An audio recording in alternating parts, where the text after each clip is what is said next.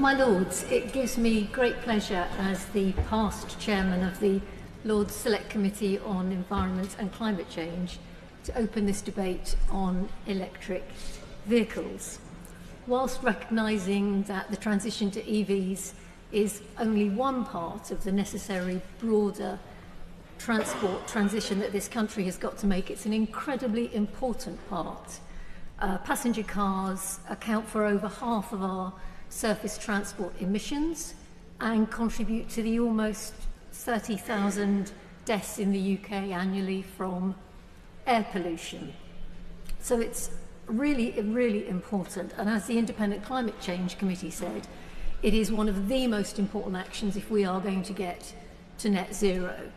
And given that electric vehicles only account for 3% of cars on British roads at the moment, it's a really urgent priority. But we know it's not going to be easy. ICEs, internal combustion engines, have dominated our roads and our popular culture for over 100 years. And even though I'm an EV driver and I know that they're clean and they're quiet and they're great to drive, it's going to be a really big challenge to bring the British public away from petrol and diesel and into electric vehicles. And that's going to require planning and coordination and an awful lot of leadership from the government. So it was right for our committee to look into the record of the last government in terms of their approach and their success in getting people out of petrol and diesel cars and into electric vehicles. And we did identify that there had been some progress. Certainly there has been an increase in charge point infrastructure, and the legislating to ban new petrol and diesel cars from 2035 were important steps. But overall, our committee concluded that an urgent recharge was needed in the government's strategy for EVs. Now, of course, that was when we reported back in February, so it was the previous government.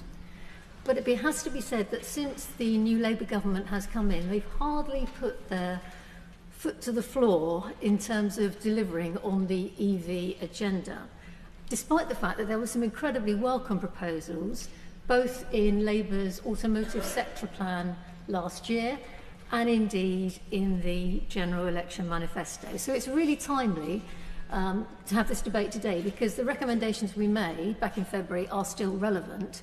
And with the upcoming budget, now is the time to be actually making those strides to bring people with us on the EV transition, which is so necessary. Now, I think the first thing to say that we identified as a committee is that we are not going to bring the British public with us unless they know where they are going to be able to charge their electric vehicles. And as I said, we did identify some progress. When the Minister came before our committee last November, there were 57,000 public charging points. That has now gone up to 70,000 public charging points. So progress is being made. And indeed, when EVA England did a survey of electric vehicle drivers earlier this month, they identified that 2/3 of EV drivers do think that in the last year there's been a big increase, a big improvement in the public charging point infrastructure for people. But as more cars come onto the road, we're going to need more charge points. And the government set itself an advisory target of 300,000 public charge points by 2030. And indeed, the Society of Motor Manufacturers and Traders, when they came before us, said that they thought that we needed over 2 million charge points by 2030. So we've really got to motor on with getting in more charge points. And it's why we as a committee said that the government needed to mandate local authorities where there are black holes, and there are black holes around our country, to prepare EV strategies to ensure that we are getting the EV infrastructure where we need it. And we also called on the government to extend the LEVI fund, the Local Electric Vehicle Infrastructure Fund, which is both funding capacity building within councils and providing direct subsidies for charge points in areas. Both those things we felt were critical, and I hope that the Minister, in summing up, might be able to say what his current thinking is, particularly on extending the LEVI fund. That is a particularly important part of where we need to be. Now, as I said, in the manifesto for the Labour government, there were some incredibly welcome comments about the transition to EVs and the need to accelerate the rollout of charge points. And indeed, it picked up some of the recommendations in our committee report, including removing some of the planning barriers which are stopping charge points being introduced. And I'd like to ask the Minister when we are going to see the consultation on the permitted development rights for charge points, which I think is an issue that Lord Lucas may wish to come back to in a moment. And also if the government is minded to agree with us that there needs to be given to renters a right to charge, because it is quite clear that some landlords are blocking renters in rented accommodation from installing charge point infrastructures. And finally, in that area, the other thing that we were very clear on is the totemic issue of charge points in motorway service stations. We know that people aren't going to buy an electric vehicle if they don't feel confident that when they take the family away to see the relatives at Christmas, there isn't going to be charge points at motorway service stations. Now, the last government set and failed to meet its target for 6 high-powered charge points at all motorway service stations. I really think this government needs to be very clear in saying that when they are going to be able to meet that really iconic issue of charge points in motorway service stations. But of course, it's not just where you're going to charge your EV that's an issue for the public. One of the other issues we found was a real barrier for people was the upfront costs of electric vehicles. EVs are still not affordable enough for all people who need to have a car. They are more expensive than their petrol and diesel counterparts, and there aren't enough affordable models yet on the market. Now, we looked at examples across other European countries where they are starting to move away from early adopters into mass saturation markets, and all of them have retained fiscal incentives, normally grants, to encourage people with the upfront costs of EVs. The last government sadly got rid of those grants back in 2022, and I have to say we as a committee felt that may be one of the reasons why EVs are still only 17% of new car sales in this country. We need to do better. But it's not just the upfront costs of cars which we found to be an issue, it's also the ongoing running costs. And for me, the biggest concern that I had, and I say that knowing I speak merely as a representative of the broader committee, is that as someone with a off-street parking, I can charge my EV and it costs me 5% in terms of VAT. Anyone who doesn't have home charging has to pay 20%. And as a committee, we identified that up to 40% of the population, 40%, do not have access to off-street parking and therefore the ability to get that cheaper rate of VAT for charging. That is not equitable. And for a new government, a new Labour government, I would hope that they would see both the issue of equality as well as the impact it's having on the ongoing running costs for cars. And committee members will know we conducted an inquiry a couple of years back called Mobilising Behaviour Change for Net Zero and the Environment.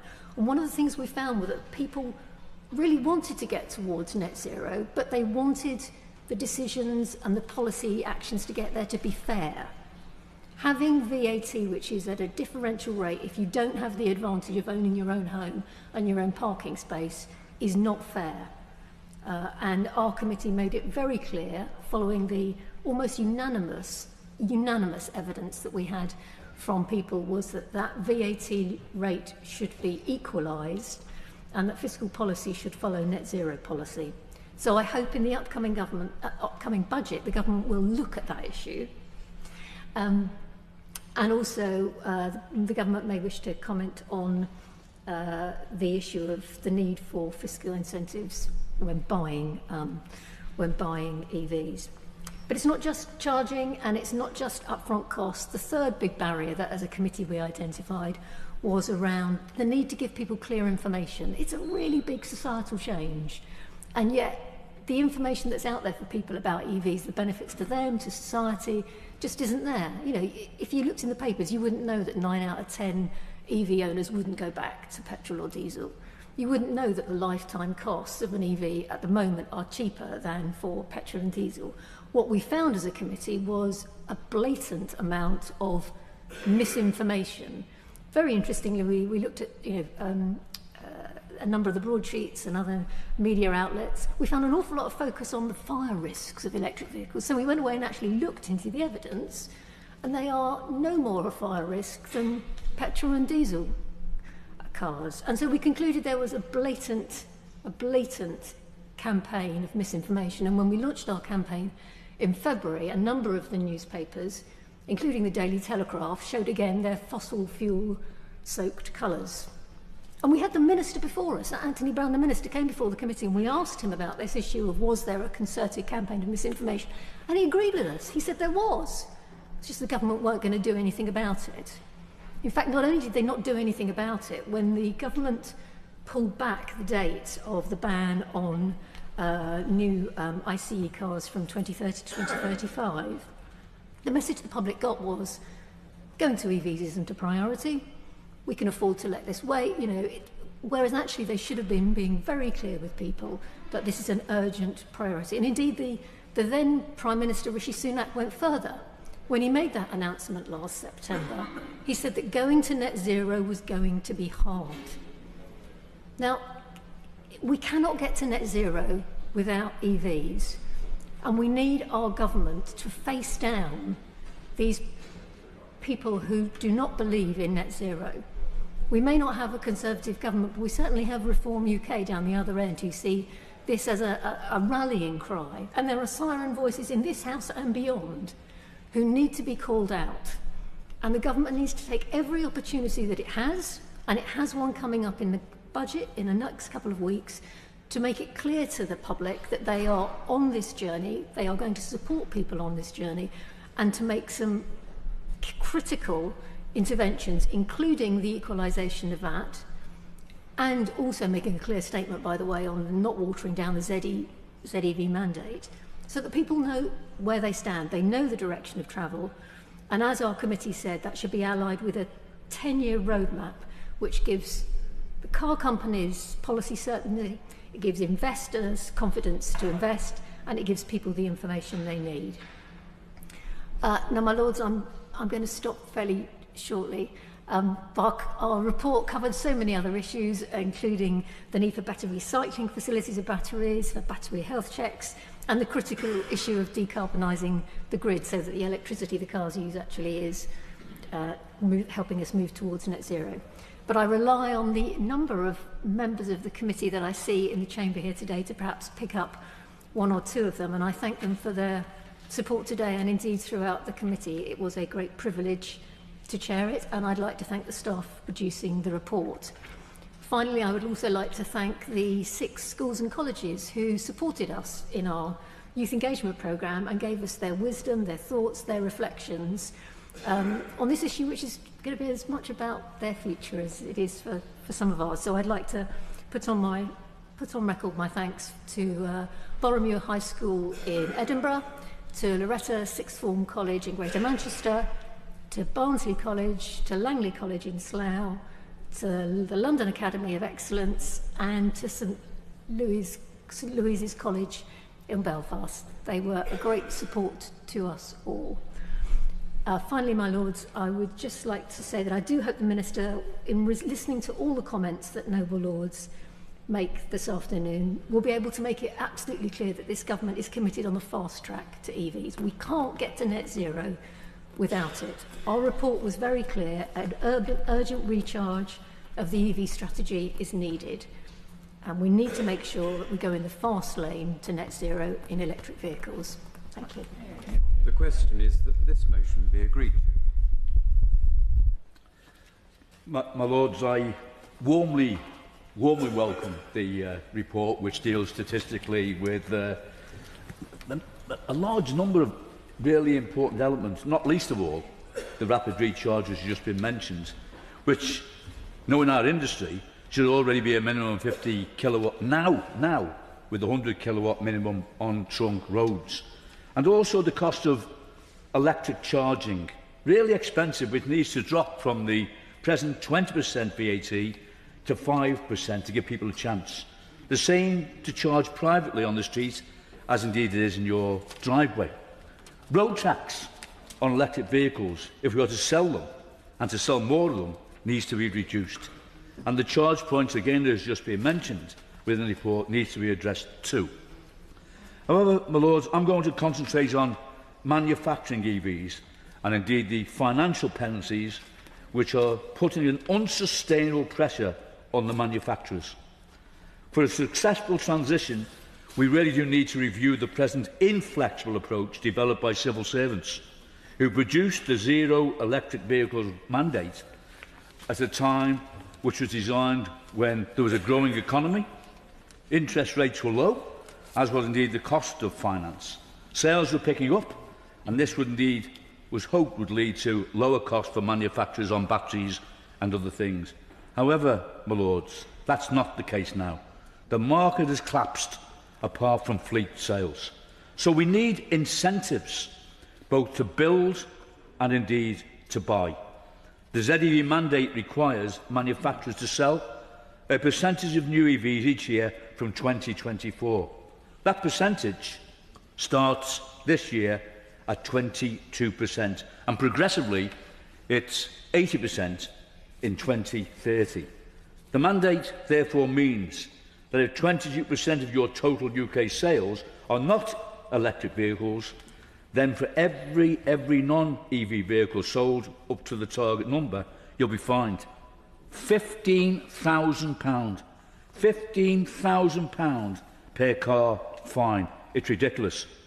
Presently, the industry is falling far short of its quotas by around about 4%, which equals, wait for it, £1.4 billion in fine, on top of the companies who are already subsidising each electric vehicle by about £6,000 each to get the sales, which means extra costs of £2 billion on top of £1.4 billion in fines.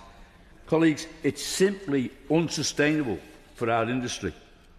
Ironically, fines of £15,000 per vehicle under the target can actually be offset by purchasing credits from those who have exceeded their targets, which can only be the Chinese or Tesla. The Chinese or Tesla. Either way, the money won't be there for jobs or investment, and the idea of a UK manufacturer paying Chinese or Americans billions in credits is a nonsense, and indeed I would suggest is political suicide in automotive constituencies right across our country. So, colleagues, the answer is twofold. Firstly, there needs to be a VAT reduction and equalisation of VAT on public and private charging, and scrapping the VED extra tax on expensive car purchases, which unfortunately at the moment electric vehicles are indeed. Secondly, we need a ZEV mandate adjustment, including using 2024's figures as a reset date to assess what the actual market is for EVs and to adjust the trajectory to 2030 accordingly. We should include EV exports from the UK and commercial vehicle EV sales within credits.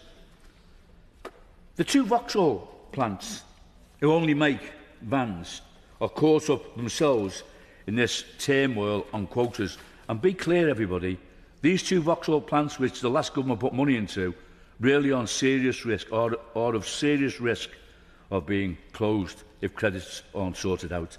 Another measure which I think would allow pre-24 EV sales in this year's first quotas to be the right way forward would be that manufactured vehicles should get additional credits, recognising that there are no distribution emissions or the environmental cost of shipping vehicles from as far away as China, the US and Korea. It makes sense. Indeed, the French have already done this. Why can't we do that? The US also do this, and it better reflects actual emissions in the sale by including emissions to get there in the first place. It makes sense. The US states who do themselves have ZEV legislation also give up to 4 credits for local built vehicles. Again, why can't we do that? My Lords, we really need a pause while all this is actually sorted, and flexibilities in the system to recognise the reality of the market for EVs right now. We also need time for any changes to bed in and feed into the marketplace. So there's an awful lot much to be done here. But the good news is that our manufacturers in the main are prepared for 2030. But incentives to grow the market and to help the manufacturers, as well as the infrastructure which has been mentioned already, must be in place, and in place in a timely fashion, alongside the much-needed infrastructure improvements that's been outlined within this tremendous report. Thank you. My Lords, it was a great privilege to serve on the committee under Baroness Parminter. Like her, I'm no longer in it. Her departure is greatly missed. Mine, I suspect, since I was the grit in the oyster on that committee, is much welcomed by the other members of the committee.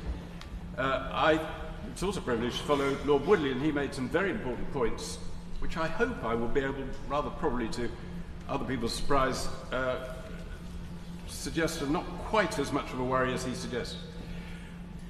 One of the problems of most select committees' reports is that they tend to be all words and no numbers, and committees show an extreme reluctance to discuss the cost of their proposals to the taxpayer or the consumer.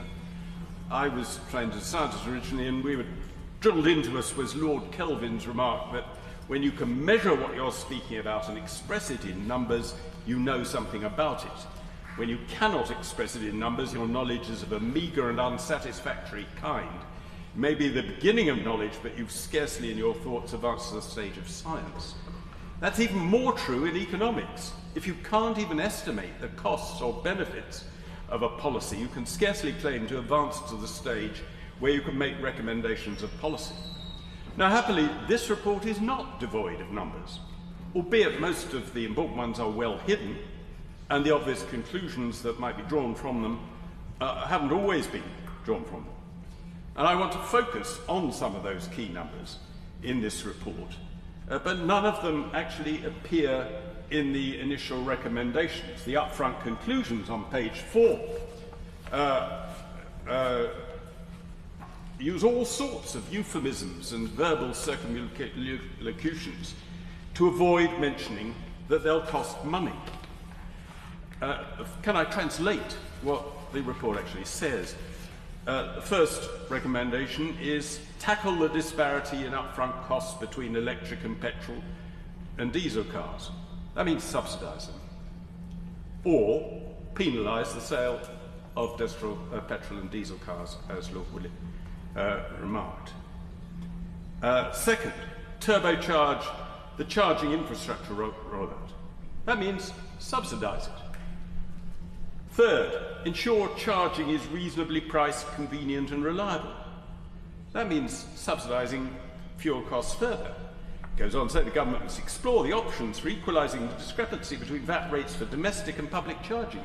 But there's no likelihood, no conceivable likelihood that the government will put VAT on domestic electricity up.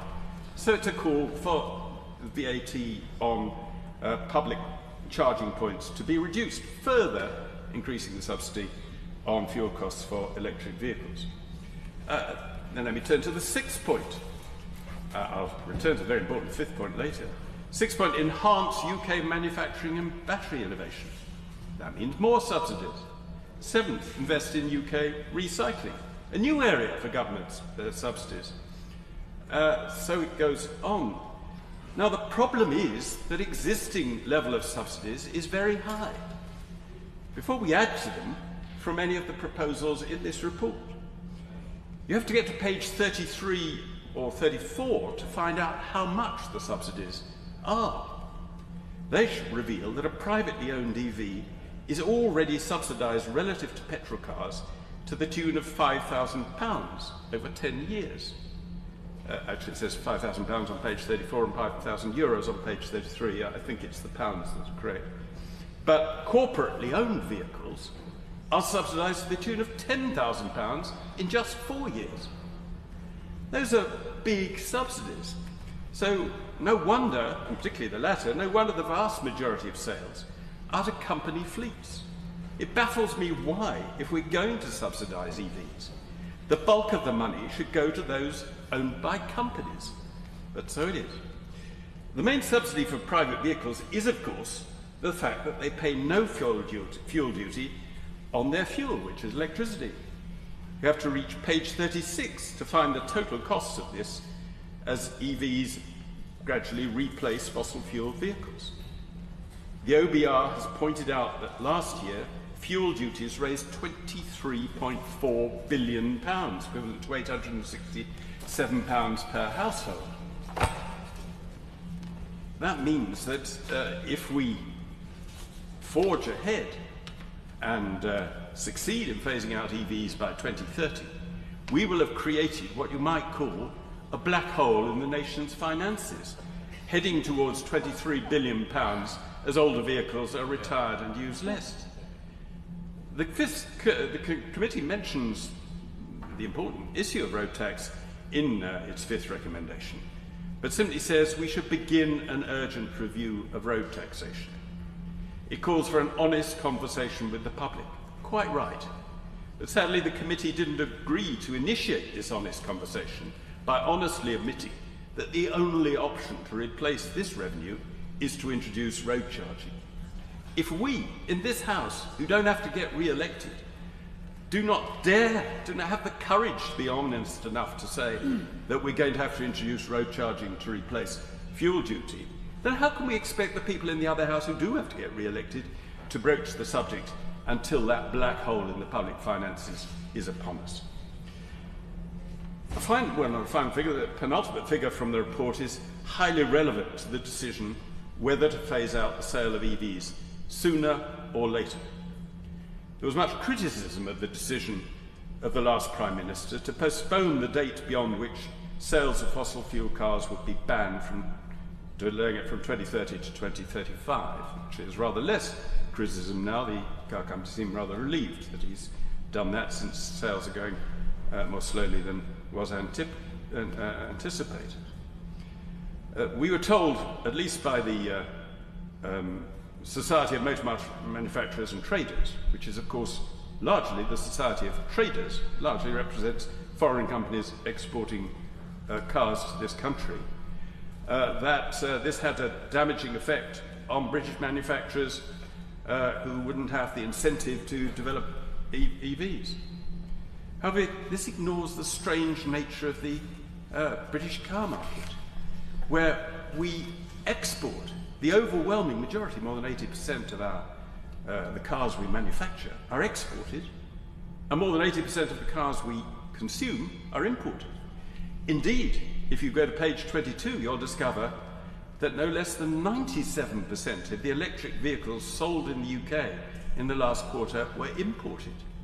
Most of the EVs in this country produced are presumably exported. So these changing rules only really have a major effect on EVs sold in the UK and vehicles sold in the UK. Given that 80% of our vehicles are exported, the effect of these rules on our production only falls on a fifth of the production, 20%. And they're mainly affected by the rules in the countries to which they export. So I hope the damage that it does to British manufacturing will be less than Lord Woodley fears. Now, I'm reasonably sure that electric vehicles, will eventually displace petrol and diesel cars without subsidy, when the upfront price of electric vehicles comes down to equal that of petrol and diesel cars, when the range of batteries is sufficient that its normal journey would never require recharging on that journey, and when recharging is rapid. Actually, recharging is probably less of an issue than we imagine in this report. For the 60% of people who can keep cars off-road, the normal thing we'll do after they use the car and come home, be plug it in. The next morning it'll be charged. They won't have to stop at a gas station or anything like they do with a petrol car, because they'll have a fully recharged car, so it's actually better. But for the 40% who don't have off-road parking, there's a problem which we didn't really find a solution to. Now, when will the price of electric vehicles come down to that of petrol and diesel? In the report, we quote people as saying that the other predictions for when average electric vehicle prices will meet those of petrol and diesel vehicles range from 2025 to 2027. So apparently it's going to be quite imminent. So why are we subsidising people to buy expensive vehicles when they could have them at more or less the same price as the alternatives in a couple of years' time? And already the price, again, we forecast by 25 it will be down to about £21,000 for an EV in Europe. Actually, you can get one for £22,000 now in the UK.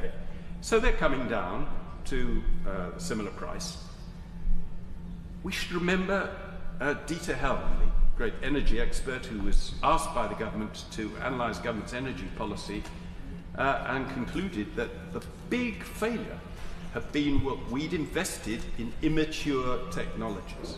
He said it had probably cost us the best part of £100 billion by investing in technologies which were going to become mature and cheap when they were still immature and expensive. So why are we encouraging people to do that in the EV market? I suggest we should look at this report, look at the figures, draw conclusions from them, and we might be a little more optimistic than some of the pessimists and a little more realistic than some of the super optimists.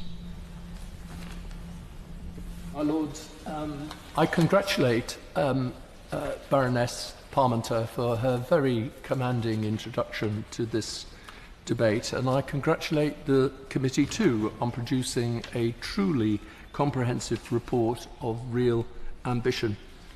My only criticism would be that the report, I think, is far too polite. For the committee strictly identifies the gulf between aspiration and delivery thus far on our journey to net zero. And it offers no hope really on current trends that we are even remotely on course to meet our long-term targets for decarbonising road transport. Decarbonising and expanding the production of electricity, decarbonising the heating of our homes and buildings, and decarbonising road transport must be our prime goals if we are to play our part in reducing the impact of climate change.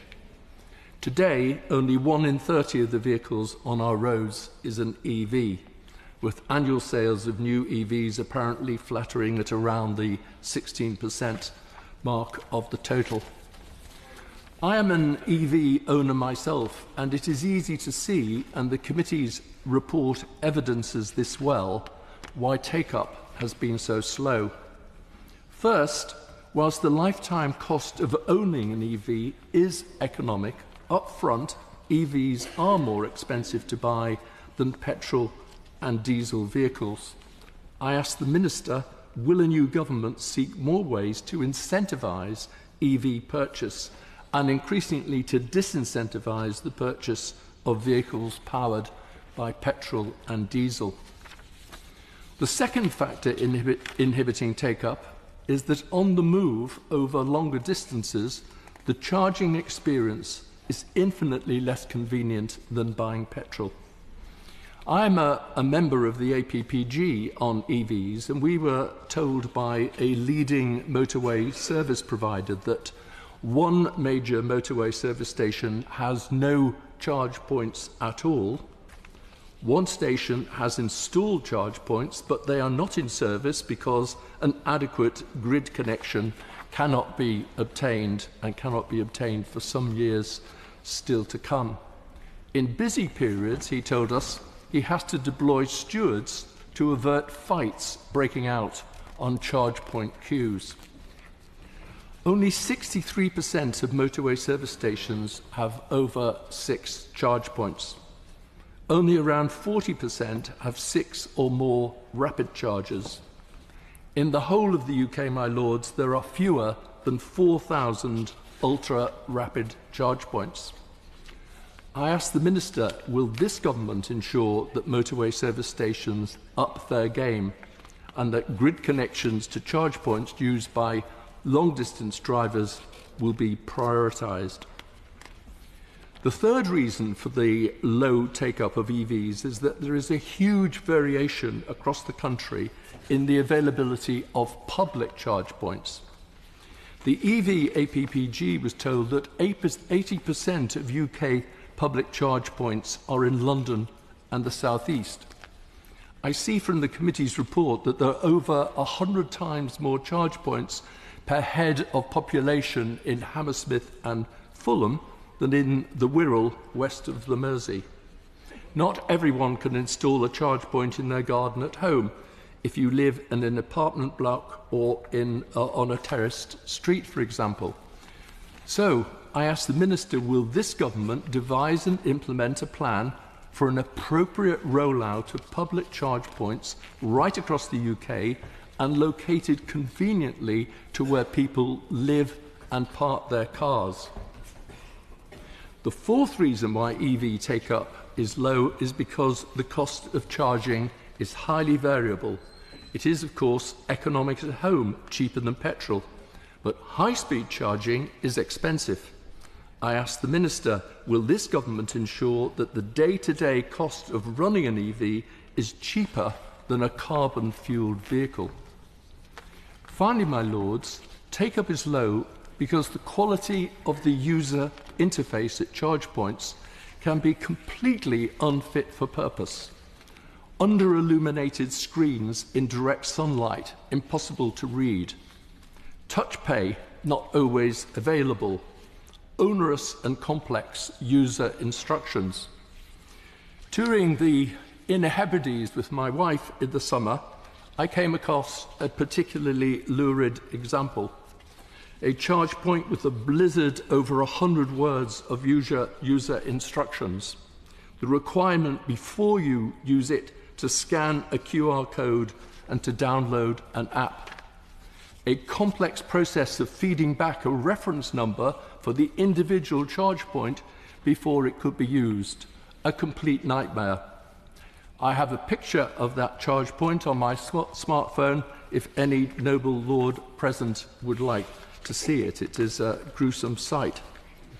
I ask the Minister, will this government galvanise the charge point industry to ensure that the process of paying to charge your EV is as simple and convenient as buying petrol, and that all payments can be contactless even below 8 kilowatts? I'd like just briefly to respond to what Lord Lilly says. I've always found Lord Lilly, he is a grace on any committee because he is always challenging. And the thing I would say to Lord Lilly is, I agree that we have got to find the most economic. I passionately believe we've got to achieve net zero. I agree we've got to find the most economic route to it, and there's far too little debate about that. But at the end of the day, there may be a price for achieving net zero. We need to make that the minimum price, but we have to recognise there is a price, and it's absolutely imperative that we reach our net zero goals as quickly as possible. So in conclusion, I ask the Minister, will this government produce and publish a comprehensive and granular joined-up plan for delivering net zero? We don't have one at the moment, including how to decarbonise transport. And will he explain how all the many departments right across government that need to combine to deliver an integrated plan will be involved in that process, and how will they be tasked to deliver? Finally, I ask the Minister, does he believe that by 2030, in 6 years' time, that the goal that all new cars should be EVs is achievable? My Lords, I'd like to congratulate the noble lady for her introduction and also, of course, for her committee's work. The noble lady, Lady Parmenter, is the most amazing member of our House, and I think we have to appreciate her effort in actually making life greener Now, the Green Party wants to switch to electric vehicles to be a real transformation in how people travel and move around. We want the cars, alongside the electric buses and vans, to be a real game changer. We want all new cars to be zero emission by 2027, with the aim of being able to remove all petrol and diesel cars from our roads by 2035. But that does mean making them affordable. It does mean having a charging point wherever people need them. So if you're a teacher, you need one at school. If you live in terraced housing, you need one on the street close to you. And if you make long trips, then you need chargers at every roadside stop-off. But we have to keep this real. And the fact is, electric vehicles won't help with climate change emissions unless all those charging points are run from renewable energy. Because if they're not renewable energy, you're just moving, you're transporting the pollution somewhere else, somewhere possibly more rural and where it's even worse. And so you have to do it properly. And of course, we have to make batteries that can last for years and years and years. There should be no throwaway culture when it comes to the batteries. And of course, electric vehicles won't completely cut roadside pollution. It doesn't cut the particulates, for example, coming off tyres and brakes, and that is quite a big factor in air pollution. And electric vehicles won't stop congestion or cut the number of people killed and injured on our roads, which is a horrifying statistic at the moment. And there are also environmental trade-offs. Building any car takes raw materials, sometimes toxic materials, and it does add to the planetary burden that we humans create. And on cost, for those people who are obsessed with the cost of doing this, you always have to ask yourself, what is the cost of not doing it? Because the fact is, climate change is coming at us like an express train. And when you look at what's happening in America, if you look what's happening all over the world, you see that the weather patterns are very, very different. The hurricanes, for example, in America were exacerbated by the fact of climate change. And we could experience something similar here. We have to move fast. And so, however much this costs, we have to ask exactly how much it costs if we don't do it. But EVs are expensive. We need a well-funded scrappage scheme, along with a transport system that gives people a genuine choice, because the real solution here is traffic reduction. More people on buses, bikes and local trains means fewer cars on the road, and that means less pollution, less congestion and fewer casualties. So instead of owning a car, many would prefer a mix of car, bus and rail, with electric car clubs set up all over the country and offering car use on the cheap, relatively cheap. The transition to electric vehicles is a real opportunity to think about how we travel and whether we need car rental instead of car ownership. After all, people now download or stream rather than own things, and so it's time perhaps to apply the same approach to driving. It could happen if the government puts enough money and focus on making car clubs convenient, cheap and reliable, but also, of course, on public transport. And I very much hope that this Labour government is going to take the problems of road reduction traffic reduction very, very seriously, because I think this is the only way forward. My Lords, I too warmly welcome this debate as a member of the committee which produced the report, and want to pay tribute to Baroness Parmenter for her introduction to the debate and her very careful, wise and gracious and patient leadership of the committee in its first 3 years.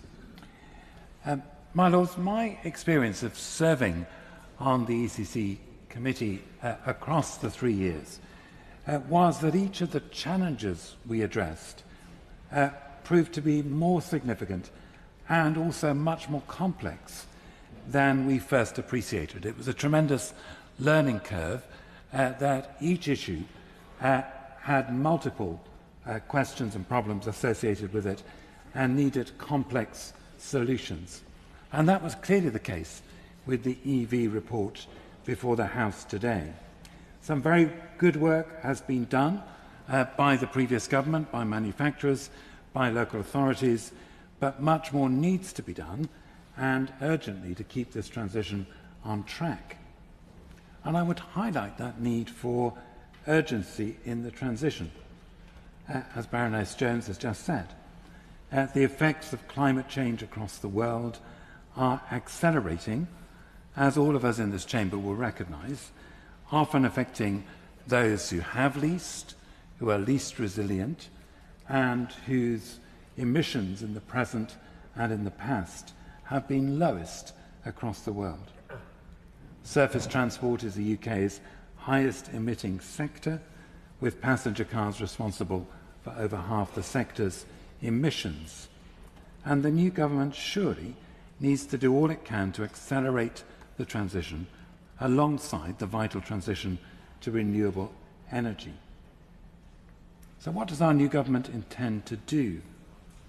The Labour manifesto for the general election mentions 3 key steps: accelerating the rollout of charge points, restoring the phase-out date of 2030 for new cars with internal combustion engines, and supporting buyers of second-hand electric cars by standardising information.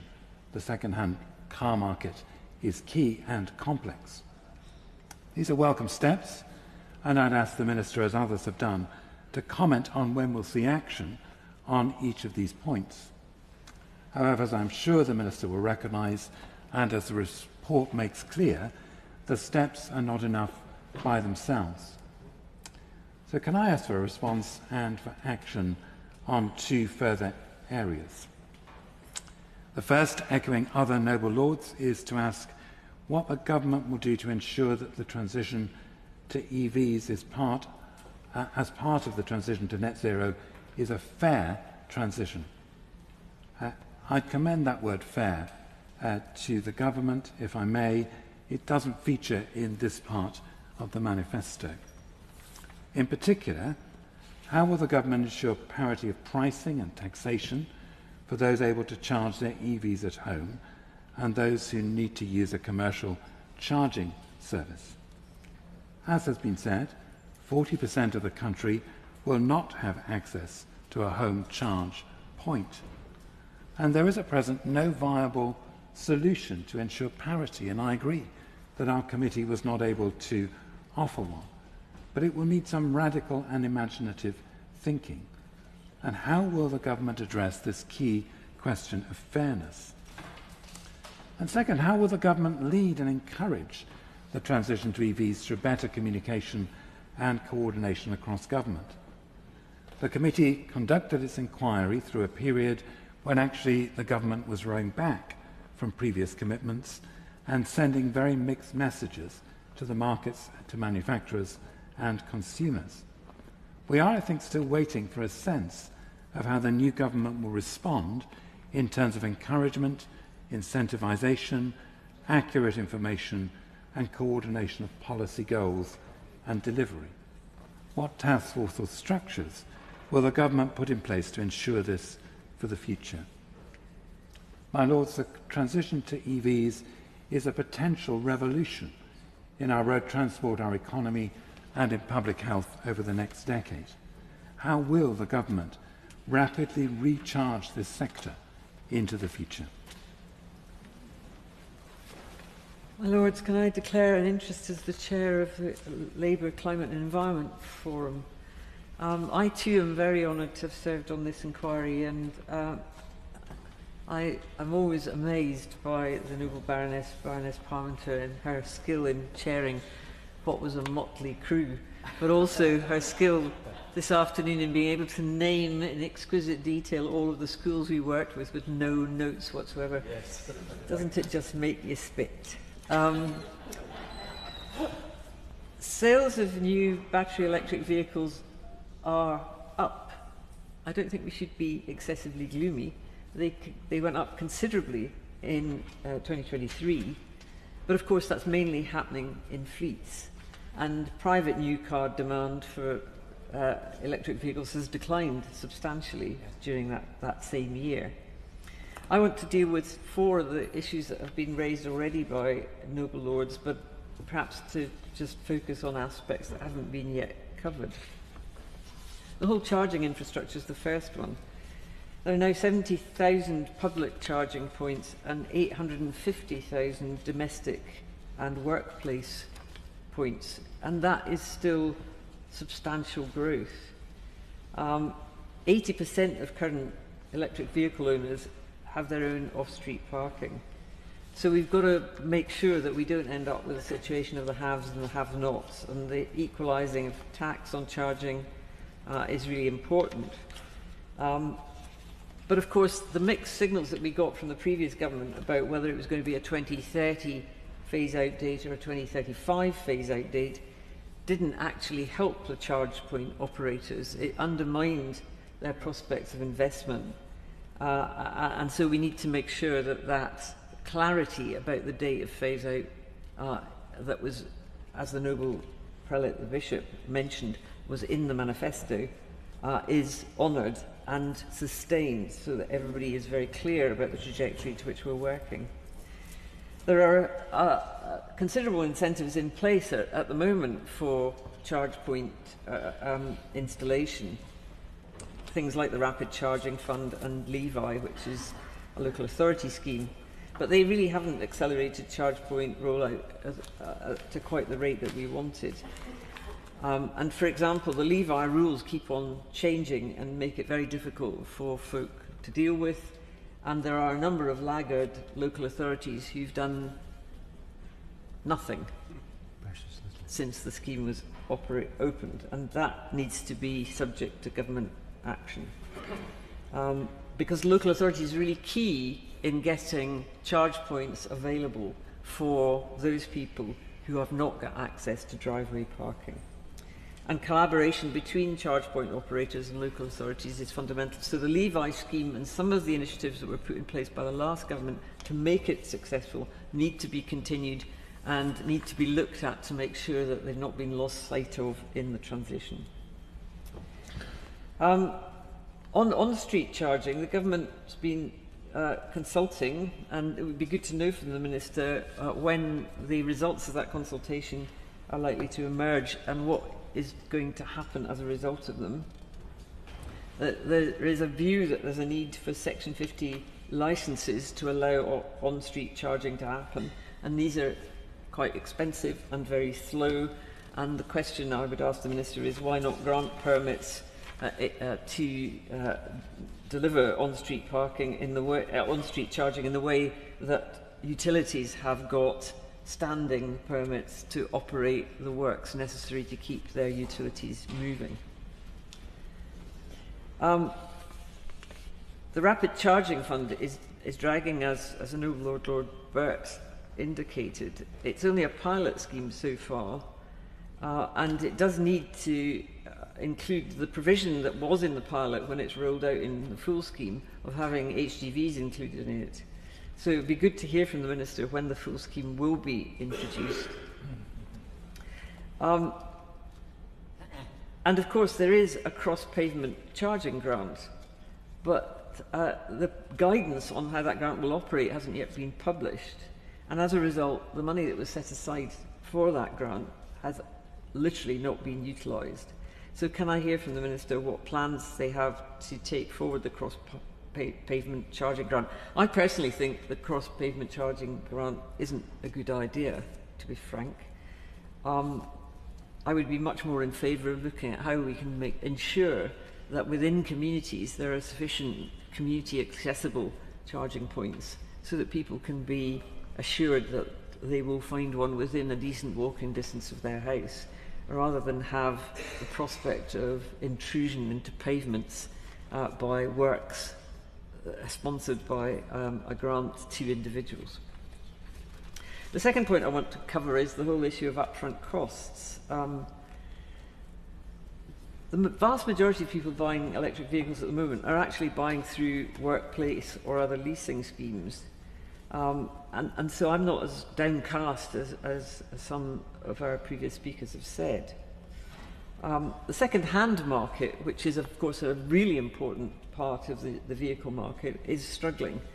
And that's partly about a lack of clarity about depreciation as a result of uncertainty about battery health. And so I would be grateful if the Minister could tell us what's happening about the support scheme for battery assurance certificates. It has been consulted upon. When will it really come about?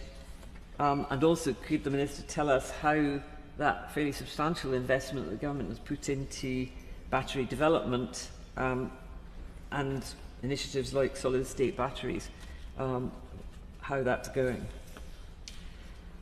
Of course, commercial fleet operators are key, and trucks are still very expensive in terms of upfront costs by a factor of 3 compared with diesel. But the current government grant schemes are pretty small, and so we need a combination of perhaps increased grants, but certainly tax incentives, and also tax disincentives, rising disincentivizing tax on diesel trucks to help create the market for electric vehicles in the commercial sector. Let me talk about one of the bees in my bonnet that the committee did discuss, and that is the whole issue of marketing and communications. The reality is this is one of the biggest challenges that the world has ever faced, the whole climate change challenge. And yet we do not have a government-coordinated marketing scheme for electric vehicles to persuade the public that some of their concerns and fears are being met and are not as huge as they think they are. Using modern marketing techniques, social media, all sorts of things. When we had the Minister in front of the committee, and this is a fairly frequent phenomenon we had in front of the committee with ministers under the previous government, was we were told that that was a nanny state and that governments didn't do nanny states. But the reality is that there does need to be a concerted campaign against what is actually a big disinformation campaign. If you read the local and national newspapers about electric vehicles, you would have thought that, quite frankly, they were the Antichrist and probably liable to eat babies if left unattended. Range anxiety is stress. Well, range anxiety is rapidly becoming a non-entity.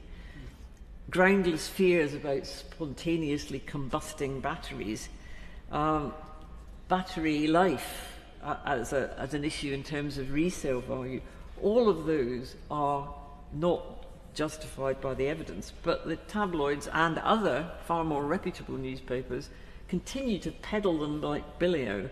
And so I think the time has come for the government to recognise that this is an important thing to take forward, and that with modern marketing techniques and good information reliably provided for the public, not left in some government website for the public to have to seek out, is far overdue. Let me finish by talking about the vehicle mandate, the ZEV mandate. I don't agree with the Noble Lord Woodley, had he been in his place, that it should be adjusted in terms of timescale, though I do agree with him that some of the market incentives need to be geared up. But we mustn't forget that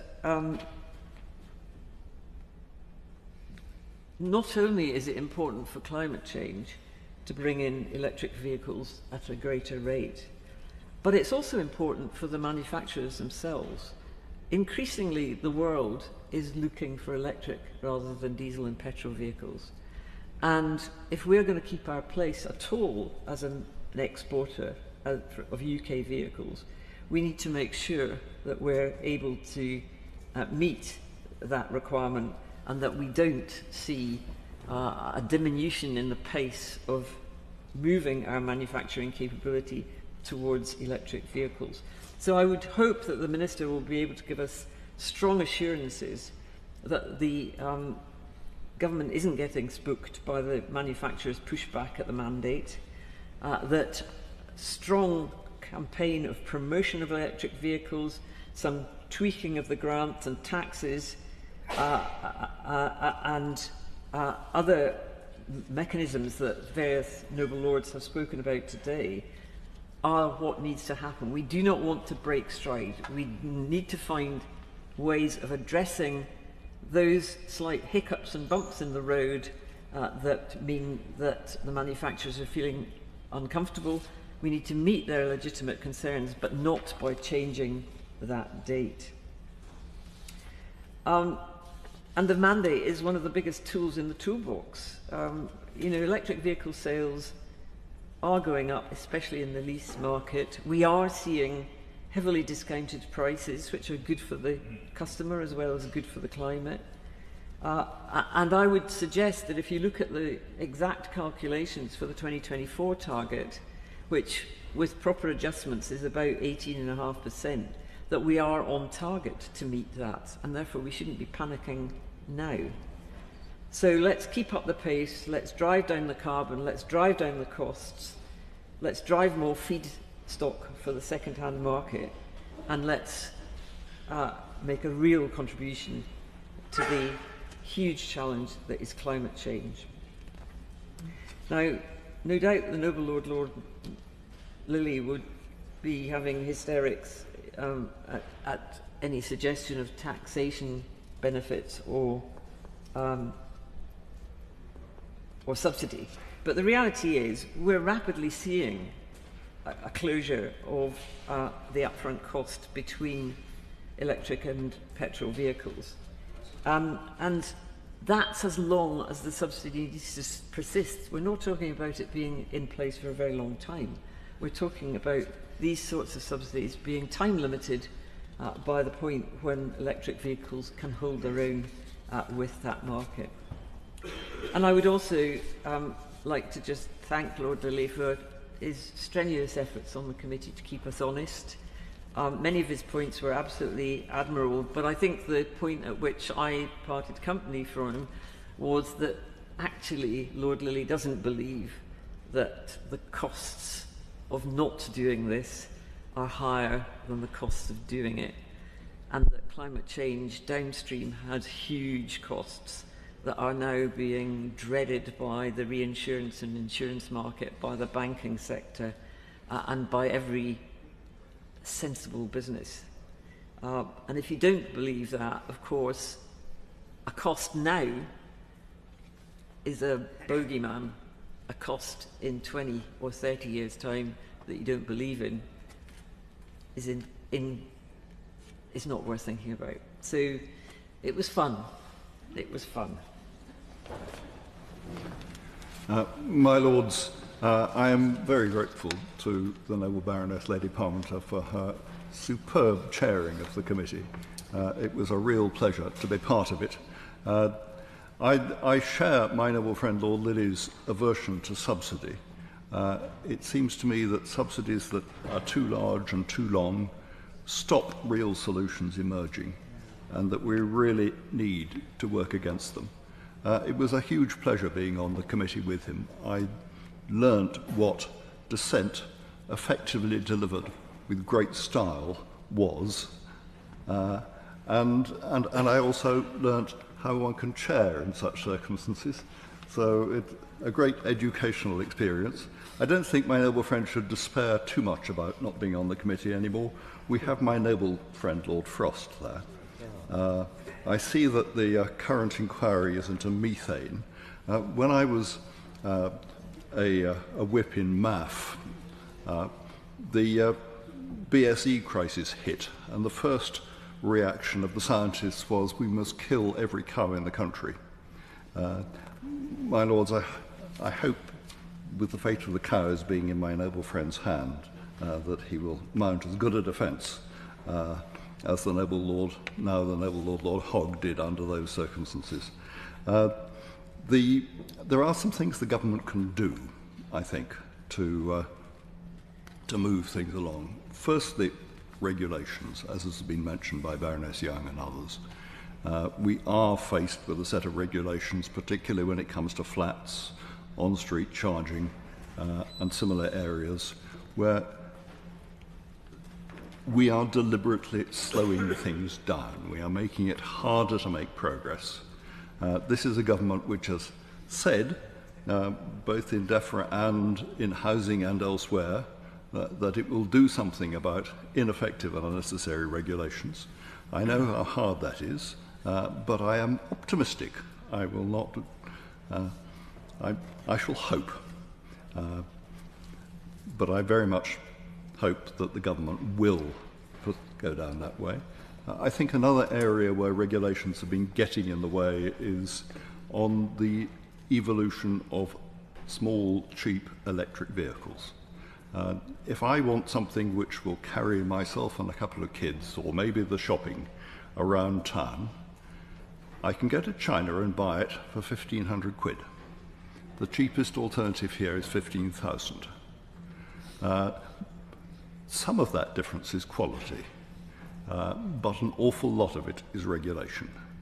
And it really needs examining as to whether the value that we are getting from that regulation is something which justifies the cost of implementing it.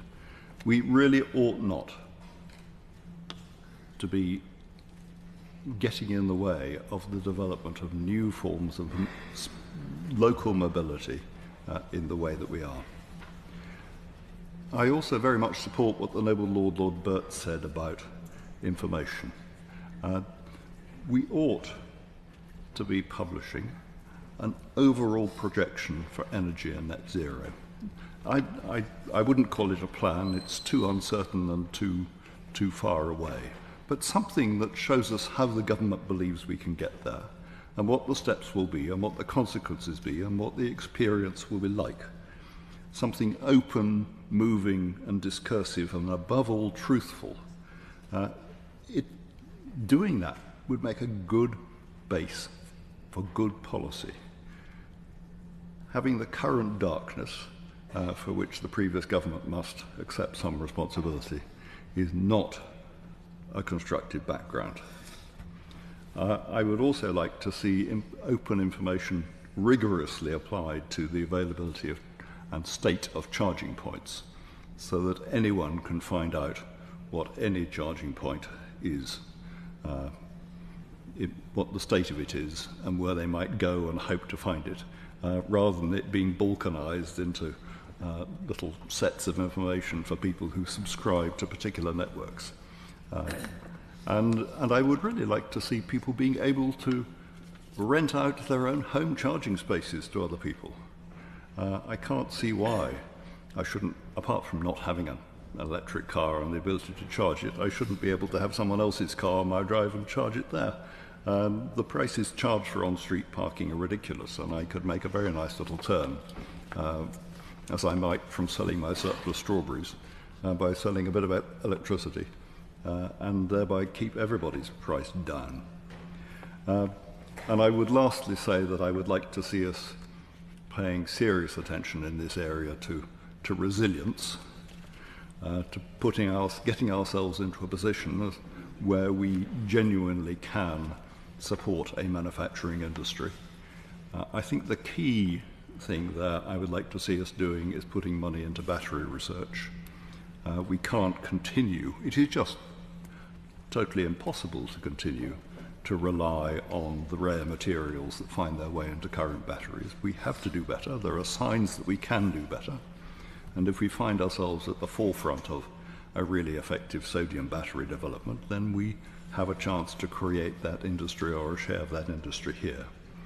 But while we rely on old materials and rare materials, we really must keep the materials that get here. We must have an effective recycling industry so that what comes here stays here and we can use it to make new batteries. My Lords, I will try not to repeat too much, but I will repeat the words of appreciation to the noble Baroness Parmenter and her introduction and her chairing of this committee report. It was a truly remarkable effort.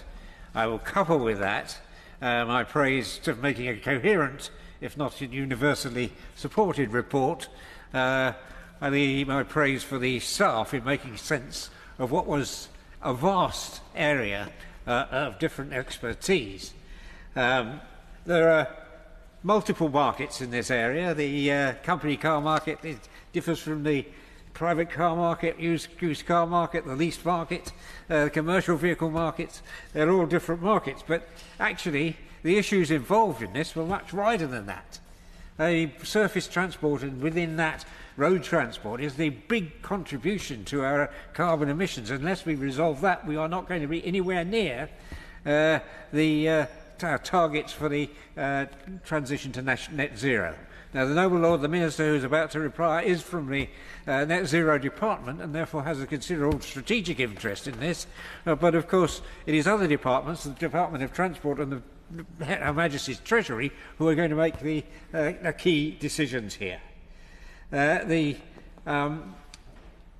range of topics which impinge on this go from what you can do with the lamppost outside your house to what are effectively geopolitical issues, namely a form of trade which we will encourage with China and the transfer of technology in China, and therefore the cost and possible production here of what are relatively cheap electric vehicles in China.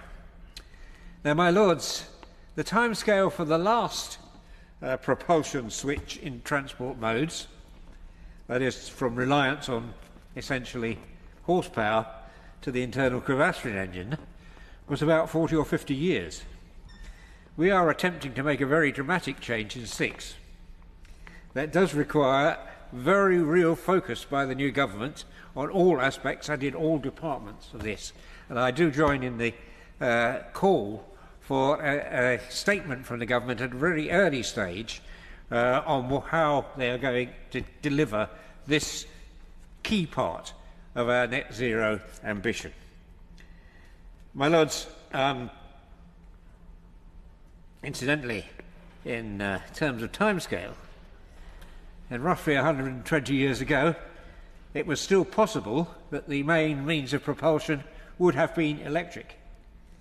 Indeed, the world speed record was held in the 1890s by an electric car. Unfortunately, we took the wrong decision at that point, and the consequences are still with us. And we've got to address all aspects of the road system, the traffic system, and the taxation system in order to get this delivered. My lords, I also agree with my noble friend Baroness Young on the need for misinformation to be countered, and be countered by the government as well as the advertising industry itself. That is very important. There has been a lot of misinformation in this area. In regard to Lord Lilly's point, I don't disagree with him that the subsidies and the encouragement has been misplaced. What I do disagree is that you can avoid a significant degree of taxation manipulation or of subsidy in order to meet our objectives.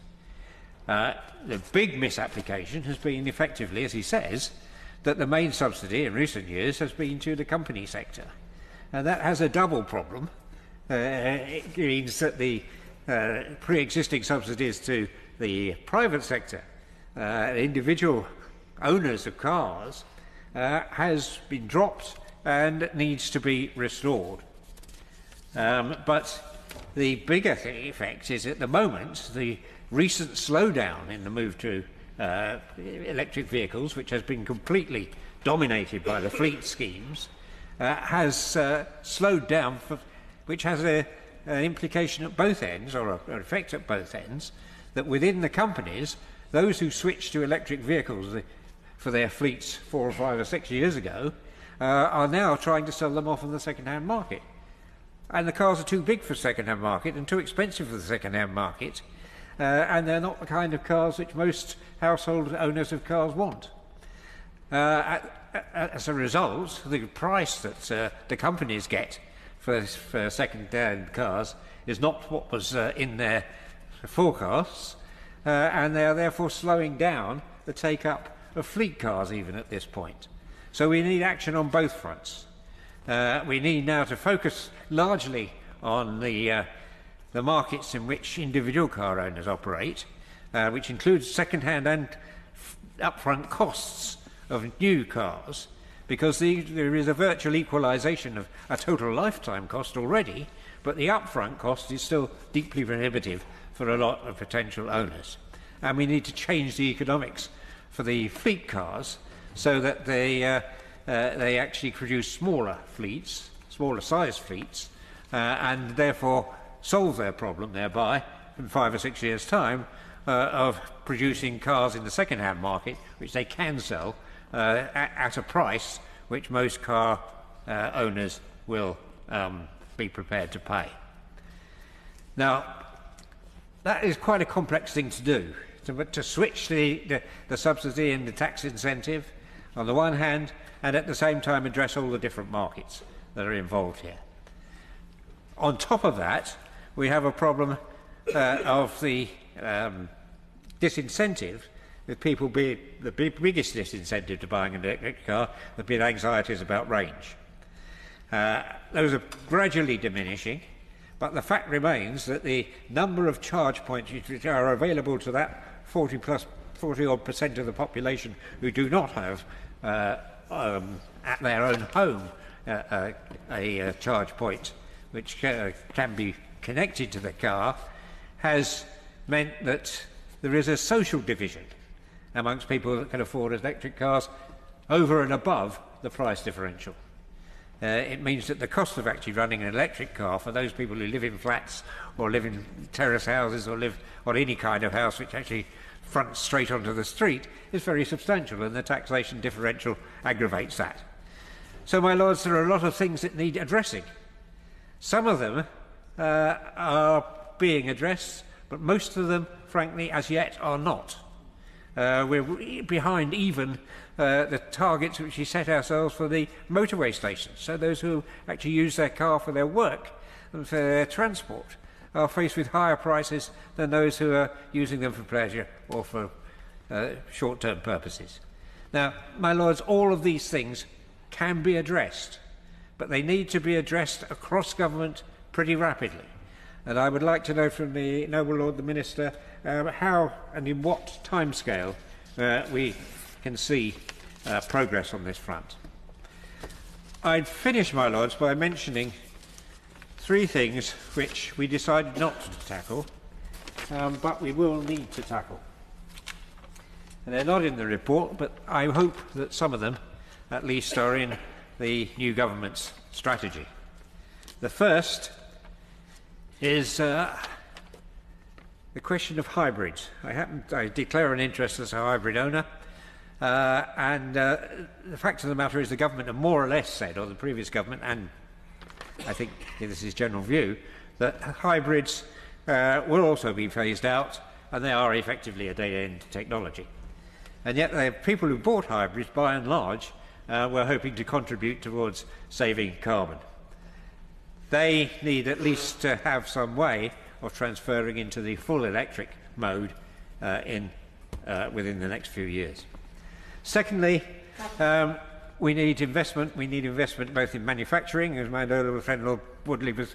I disagree with him in his analysis of where the money should go, but I don't disagree with him in the fact that we need a strategy for UK-based production, and we need that, and we also need a strategy for battery production, and we need more than a strategy. We need to recognise that battery production is going to have to become more sophisticated, and that we will have to address in that same context, both in the UK and worldwide, the whole question of scarce mineral resources and the availability of lithium in particular, and the Chinese control of very large parts of the lithium supply chain. And my lords, finally, we will need to address, as Norway is already the most successful adopter of electric vehicles, new electrical vehicles, will have to face the fact of how we change motor taxation.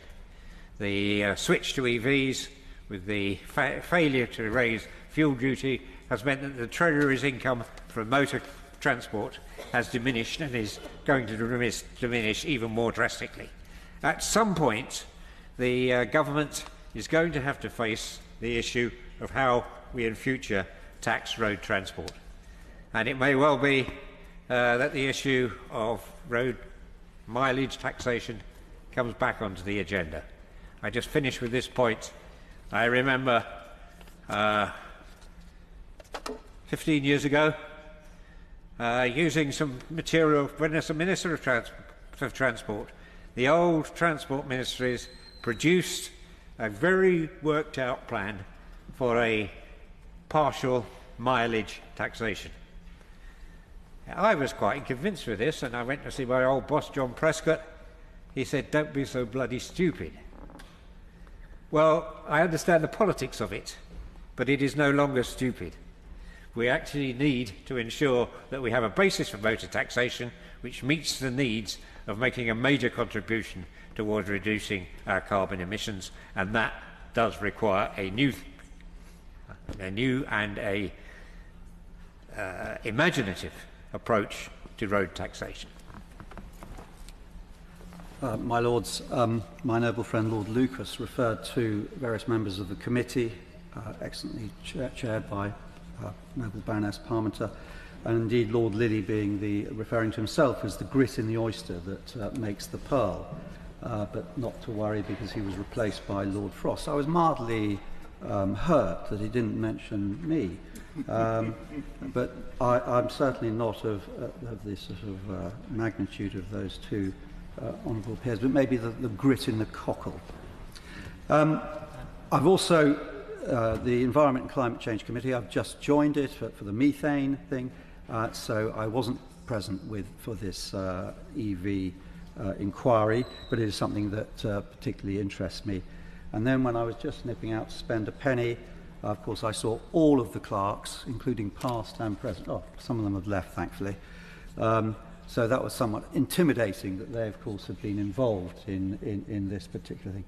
I declare my register of interests as a landowner and farmer in Norfolk, where I have invested in every single renewable energy under the sun except for wind. We run EVs in our business, including mine, which before I had an electric vehicle, I had no idea of the phenomenal acceleration of them. I welcome the general direction of progress towards full decarbonisation, but I remain sceptical about the government's net zero by 2050 policy. I want to talk about this aim to accelerate grid decarbonisation and what that will do to electricity prices and, of course, therefore the cost of charging your EV. Indeed, I fear the pressure applied upon the United Kingdom's economy through this drive to achieve net zero in such a short time frame will have significant detrimental consequences across multiple facets of our economy, whilst much larger and more polluting countries merely pay service to net zero. This government's aim to decarbonise the entire electricity grid by 2030, 5 years ahead of the target set by the Conservatives and just 6 years on from Labour taking office. The Secretary of State, the Right Honourable Ed Miliband, says he'll do this by eliminating natural gas, currently the largest source of UK electricity, and by expanding wind and solar power. Nuclear power is also carbon-free, but no new reactors are expected to come online until 2031.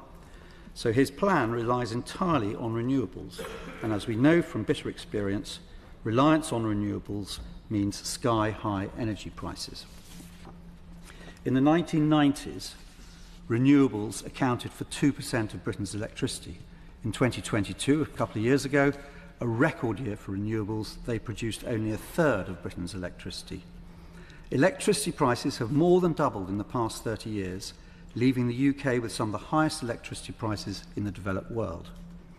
The shutdown of Ratcliffe-on-Soar a fortnight ago represented the closure of Britain's last coal-fired station. In this symbolic moment, I invite the House to reflect on the speed at which such changes are occurring and whether we should make such performative closures at a time when we are so far from the destination of net zero. My own view is that our national energy policy should consist of a huge mix of energy sources with, yes, a healthy and increasing blend of multiple renewable options.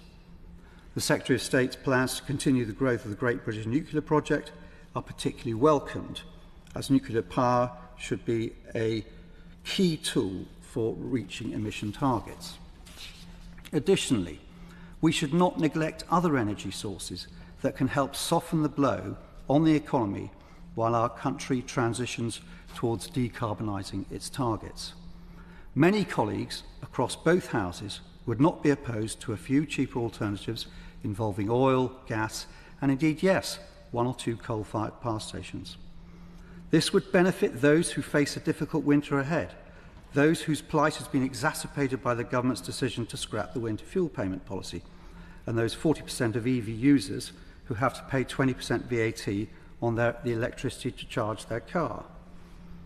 In a recent BBC report, the leader of the GMB union claimed that Labour's green policies are costing jobs and hollowing out working-class communities. This came after plans were announced to shut down the Port Talbot coke-fuelled furnace, thus making 2,500 people out of the 4,000 workers at the last steel-making plant redundant. The government's plans to decarbonise through deindustrialisation will be very costly to workers across the country working on similar industries requiring a heavy demand for power. Another core element of the government's zero objectives, of course, is the subject of this debate, the transition from internal combustion engine cars, I'll refer to them as ICE, to electric ones, despite issues surrounding affordability, end-of-life management, charging accessibility. But I must stress I welcome the transition towards electric passenger vehicles. I mentioned I have one and I love it, but its capital cost is not cheap, and it is purchased on a company scheme, as we've heard from a number of peers, that is heavily subsidised. Indeed, without significant progress in this sector, we will lag behind our international counterparts and not fulfil our own expectations of reducing carbon emissions. Lord Woodley's, not in his place, mentioned the manufacturing. The only EVs manufactured in the UK are the Aston Martin Rapide in Wales, the Nissan Qashqai, and then a series of vans made by Stellantis on behalf of Vauxhall and Opel, the Combo E-Van, Peugeot and Citroën, and the Fiat E-Doblo. But from 2026, we shall have new Nissans, Duke, Leaf and the Qashqai, and indeed Jaguar Land Rover, also in new factories in Merseyside. But the Mini EV, which was made in Oxfordshire, that's now moved to Leipzig and to China. Ford is in Cologne and GM is in America. However, it is also my view that the government's plans to ramp up penalties and restrictions upon ICE cars are an alarming sign for the UK economy. As the EV strategy report by the Environment and Climate Change Committee indicates, the UK EV market remains concentrated around high-value cars and SUVs. It proceeds to stress the importance of providing affordable options for consumers, most of which are currently priced out of making the leap to electric-powered cars. I fear the government has not understood the economic magnitude of such a purchase for the average consumer in the UK. The end-of-life management of EVs is a similarly relevant issue. The EV strategy report claims that with the increased number of EVs expected in circulation, more must be done by the government to display the process of waste management and recycling of EV batteries. Now, along with agriculture, transport accounts for the largest emissions in the country. We are discussing EVs, cars and light vans, but there is no way in the foreseeable future that HGVs will be electric powered. For cost and practical reasons, it is not possible for HGVs, essential to our economic output and designed to cover long distances within a deadline, to be battery powered. Indeed, I think I read somewhere that a third of the weight of a big HGV would be the weight of the batteries, so they become therefore even more inefficient. If one considers that 56% of what car readers surveyed cited the lack of charge points as the reason preventing them from going electric, simply imagine the cost that running electric HGVs would have for business and the economy. We heard about charging. I'm lucky. I'm able to charge at home and drive down to London on the occasions I don't take the train, and then I can charge in my block of flats. So I haven't used a public charge point for probably 3 months. We talked, and it's interesting, I've had my car for 4 years now. I thought the battery life would deteriorate. In fact, it's still going strong after 40,000 miles. There was talk about range anxiety. I personally have quite enjoyed the frisson that dropping down to sort of, in fact, my record is getting down to -3 miles. And it was 10 o'clock at night, and my wife was not amused, particularly when the internal lights went off or the music went off. But I was able to get to the top of the hill and cruise down and regenerate enough electricity to get home. That wasn't repeated when I was driving to Plymouth in the winter because I could in my EV. I knew I was going to have to fill up with electricity twice, and the second occasion I was 6 miles from Exeter Moto Services, which I had heard in a very useful attendance of the APPG for EVs. And the chief executive of Moto was there, and he said we had 28 charging stations and we've doubled it to 60 or so. So I thought, great, I'm going to be fine. And interestingly, he said that when all 60 charging points are being utilised, that was equivalent to half the power requirements for the whole of the city of Exeter, which was quite a statistic. Anyway, I had 6 miles range, and of course my car stopped 1 mile away from the services. The recovery vehicle came remarkably quickly, and of course had to do lots of different things. There's no neutral in an electric car, so anyway, he got me there. He took me the 1 mile to the service station, and I asked him how many other EVs is he doing this to.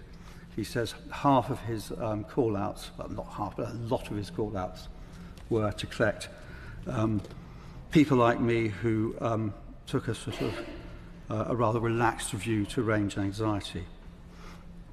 And it is for that reason, too, that I have retained my big diesel SUV, which has a 600-mile range, and if I'm driving across the continent or up to Scotland, that is what I'll take, with 4 children and maybe towing a caravan or something. So finally, I just want to say I resent the scaremongering tactics of politicians and lobbyists on the matter of net zero. Trying to exact change through inciting fear among consumers and the electorate is no way to govern. I invite the government to reconsider their methods for imposing this set of policies upon the public. There will no doubt be notable economic repercussions if these policies are forced through in such a constrained way. We must remember that even the Climate Change Committee have said that by the time we reach net zero in 2050, we will still derive 25% of our energy from hydrocarbons. That is why it's called net zero. And I think a lot of people rather forget the net bit on that two-worded aim. Thank you, Miles.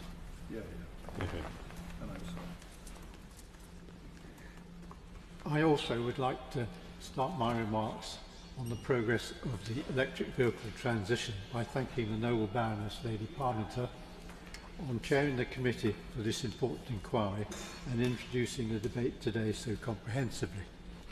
I also would like to thank all the clerks helping the committee so ably.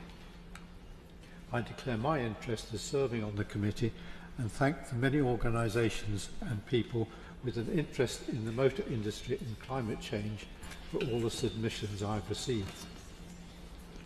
Needless to say, the report was produced and responded to by the government under the previous Conservative administration. It cannot go unremarked that the rather confused state of the transition away from the internal combustion engine was in no small measure due to mixed messaging and lack of leadership provided by the Conservative government. The announcement in September last year to delay the phase-out date for new petrol and diesel vehicles from 2030 to 2035 did immeasurable damage to consumer confidence and demand, adding to the misinformation surrounding EV ownership. The second-hand market is in disarray. The emphasis on costs without including benefits led to declining private sales over the next quarter. I'm pleased to learn that throughout 2024, sales have recovered to the point of reaching 20.8% of new vehicle registrations in September, putting within reach the first ZEV mandate of 22% for 2024 on the pathway towards the phase-out date.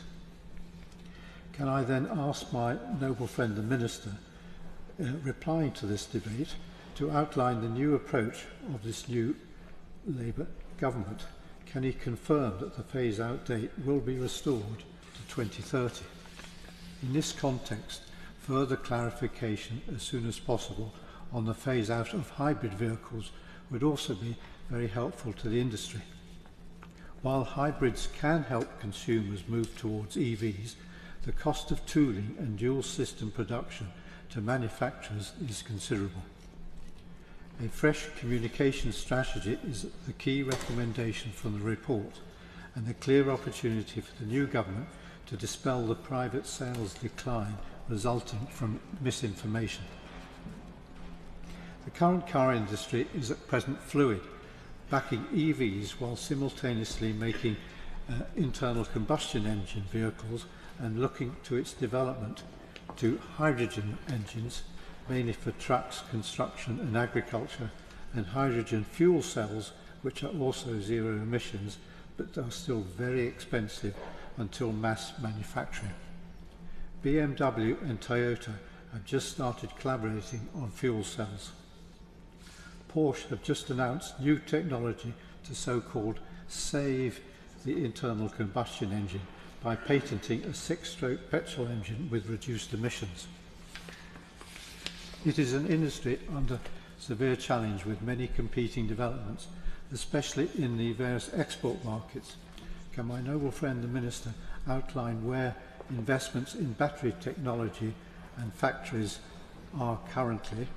As I understand, many plans have been downsized and Northvolt is considered to be in difficulties. The challenges of EV transition resultant from weight issues and recycling still need to be faced into. Misinformation feeds off these negative aspects and brings into sharp focus the other clear recommendations from the committee's report.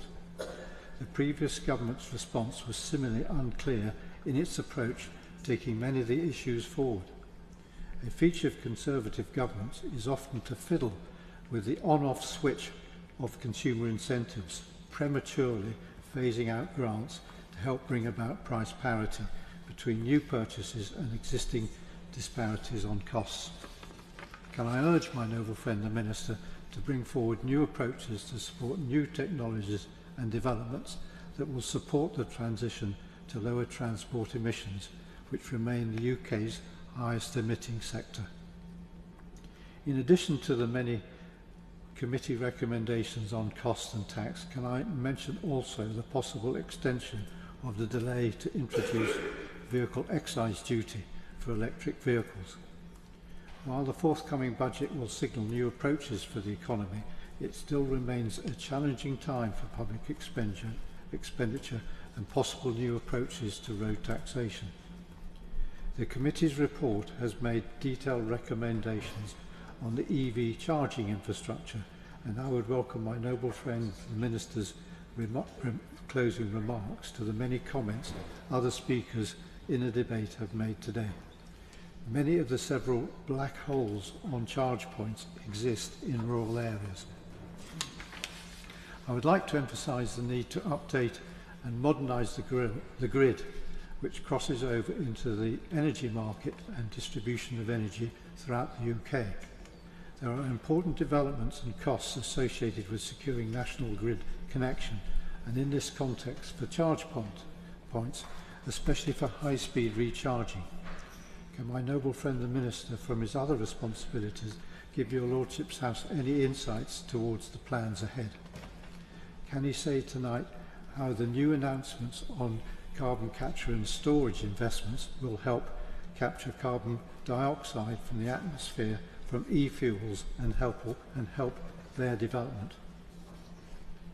Finally, may I mention the need for an urgent reset to how planning permissions operate for upgrading infrastructure and grid connections. This extends from high point connection infrastructure to supporting measures that tackle the charge point divide that exists for those with no access to driveway home recharging.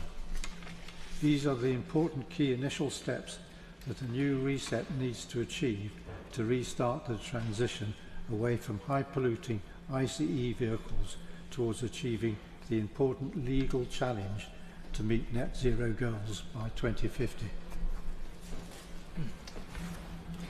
My Lords, this is an important debate at a pivotal moment for personal mobility that underpins our economy and growth. The report explains in great detail that the choice of an electric vehicle affords much greater driving pleasure, greater acceleration, lower maintenance costs for home chargers, competitive daily chargers, and thanks to direct drive motors, the consignment of the grinding of gears to the history books. But if only this mode shift were that simple. The market for EVs was already stuttering when the report was published in February, and since then there have been further dramatic changes as the growth of the market has stagnated as a proportion of the whole. We are literally at a fork in the road for electric vehicles, and the report highlights a number of things that must be done for us to get back on track. But before I talk about the rollout of chargers, I just would like to thank my noble friend the Earl of Leicester for his comprehensive list of electric vehicles that are made in this country. But he did miss out on the one close to home for us both in Norfolk, because Lotus cars will shortly to be manufacturing their Type 135 in our great county. To return to the provision of charging infrastructure, the report makes it clear that it's much easier for the market to provide charging points along the motorways and main roads. But there are few incentives on the B roads and the out-of-the-way places. As a council leader back in 2018, I recognised that it was really important for the council to take a lead in the provision of this public infrastructure. Our approach was grounded in the understanding that, well, not every motorist has a long gravel drive. Many live in flats, terraced homes, and simply do not have anywhere to park outside their home, a point other noble lords have made. Our council understood we'll never get the wide uptake of EVs unless we democratise the opportunity for anybody to charge a vehicle close by.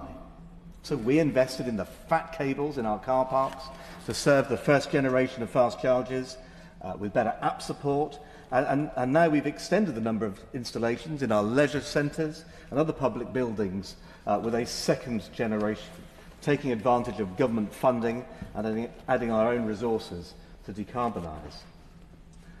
But we still needed to drive forward, having done our bit to begin with. 2 years ago, we made a big offer to each of the 120 town and parish councils in our district.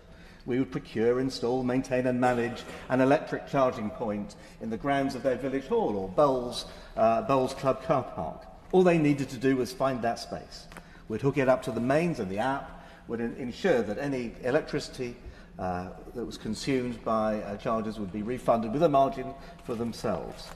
A third of our population lives in the rural villages, so we wanted all the residents and their visitors to be able to charge, especially as we'd lost so many of the rural petrol stations. Would provide a real choice of mobility technologies for everybody in the countryside, and of course that by putting the capital cost of these chargers on the local council taxpayer, those amortisation costs wouldn't then fall on a surcharge on the pence per kilowatt hour on the public charges, which of course is something that Baroness Parmenter and your report has really enumerated. We didn't want to discriminate against those who couldn't charge at home.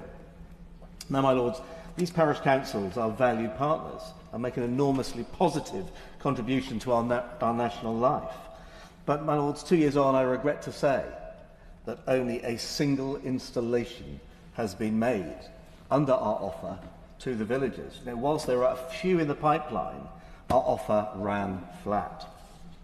Yes, the market will provide on the highway, and yes, urban authorities can upgrade their lampposts, but we can and must do more in the countryside.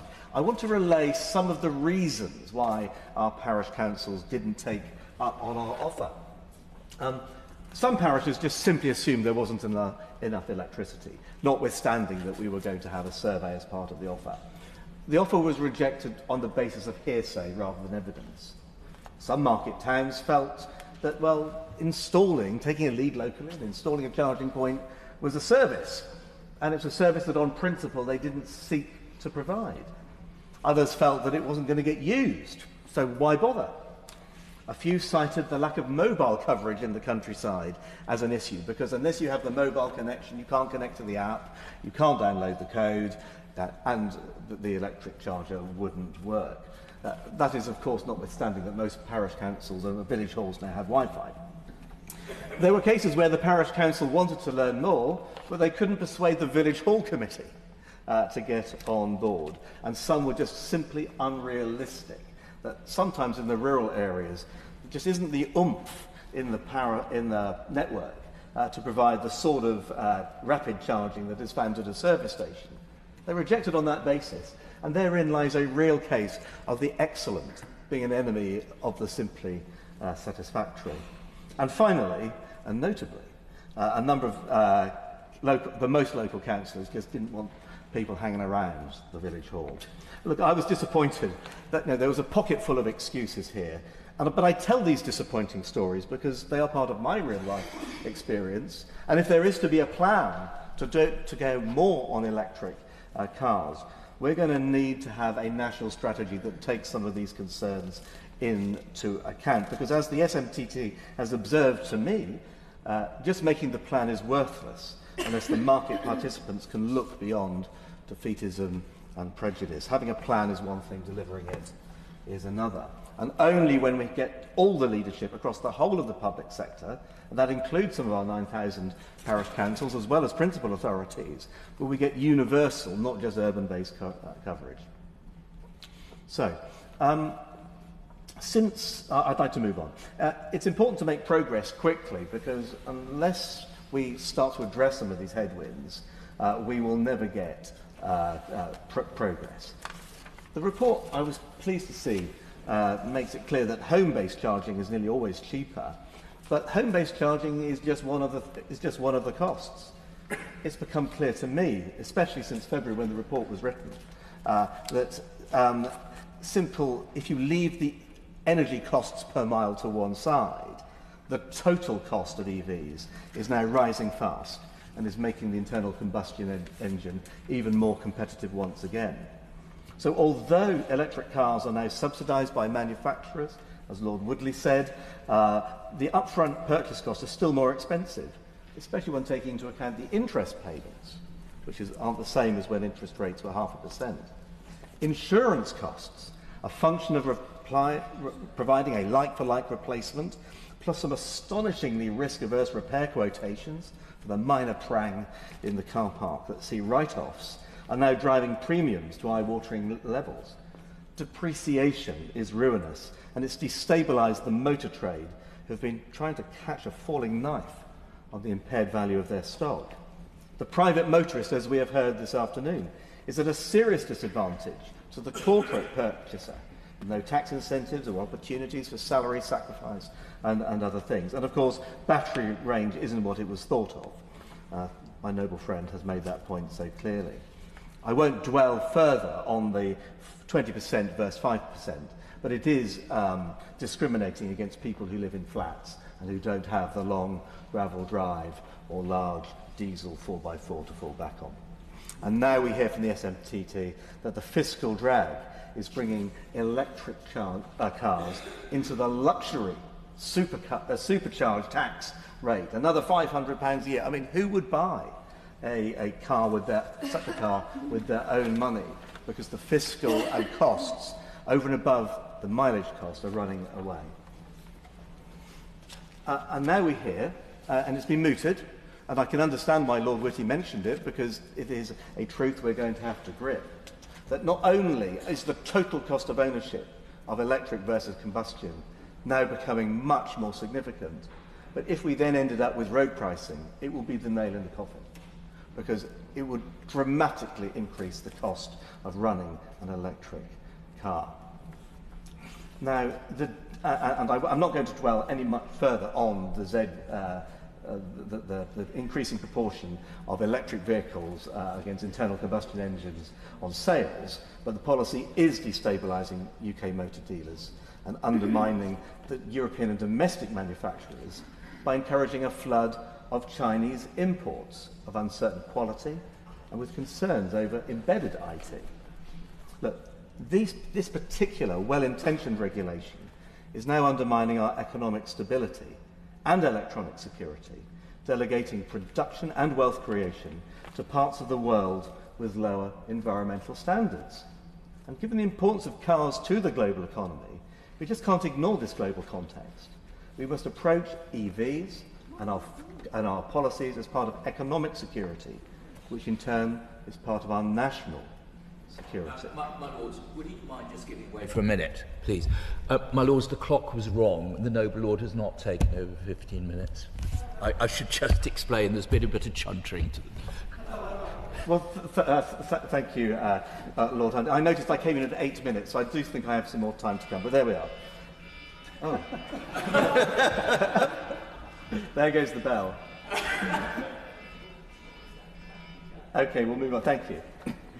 So I was talking about the role of electric vehicles and our treatment in trade and tariffs on that economic and national security. But we do have a dilemma coming just around the next corner. After the next US elections, will we follow the Canadians with a 100% tariff on Chinese EVs? Or will it pursue a more EU-aligned strategy that combines a less aggressive tariff approach with tighter regulation, but at the risk of hobbling UK production? Informed commentators know that the upcoming UK policy choices on such matters, tariffs, trade, are being watched closely in Beijing and Washington, as well as our new friends in Brussels, who are the subject of a renewed charm offensive from London. Look, America, China or Europe, the trade treatment of EVs here in the UK will set the tone for global trade negotiations in a much more complicated trading environment in an understatement world.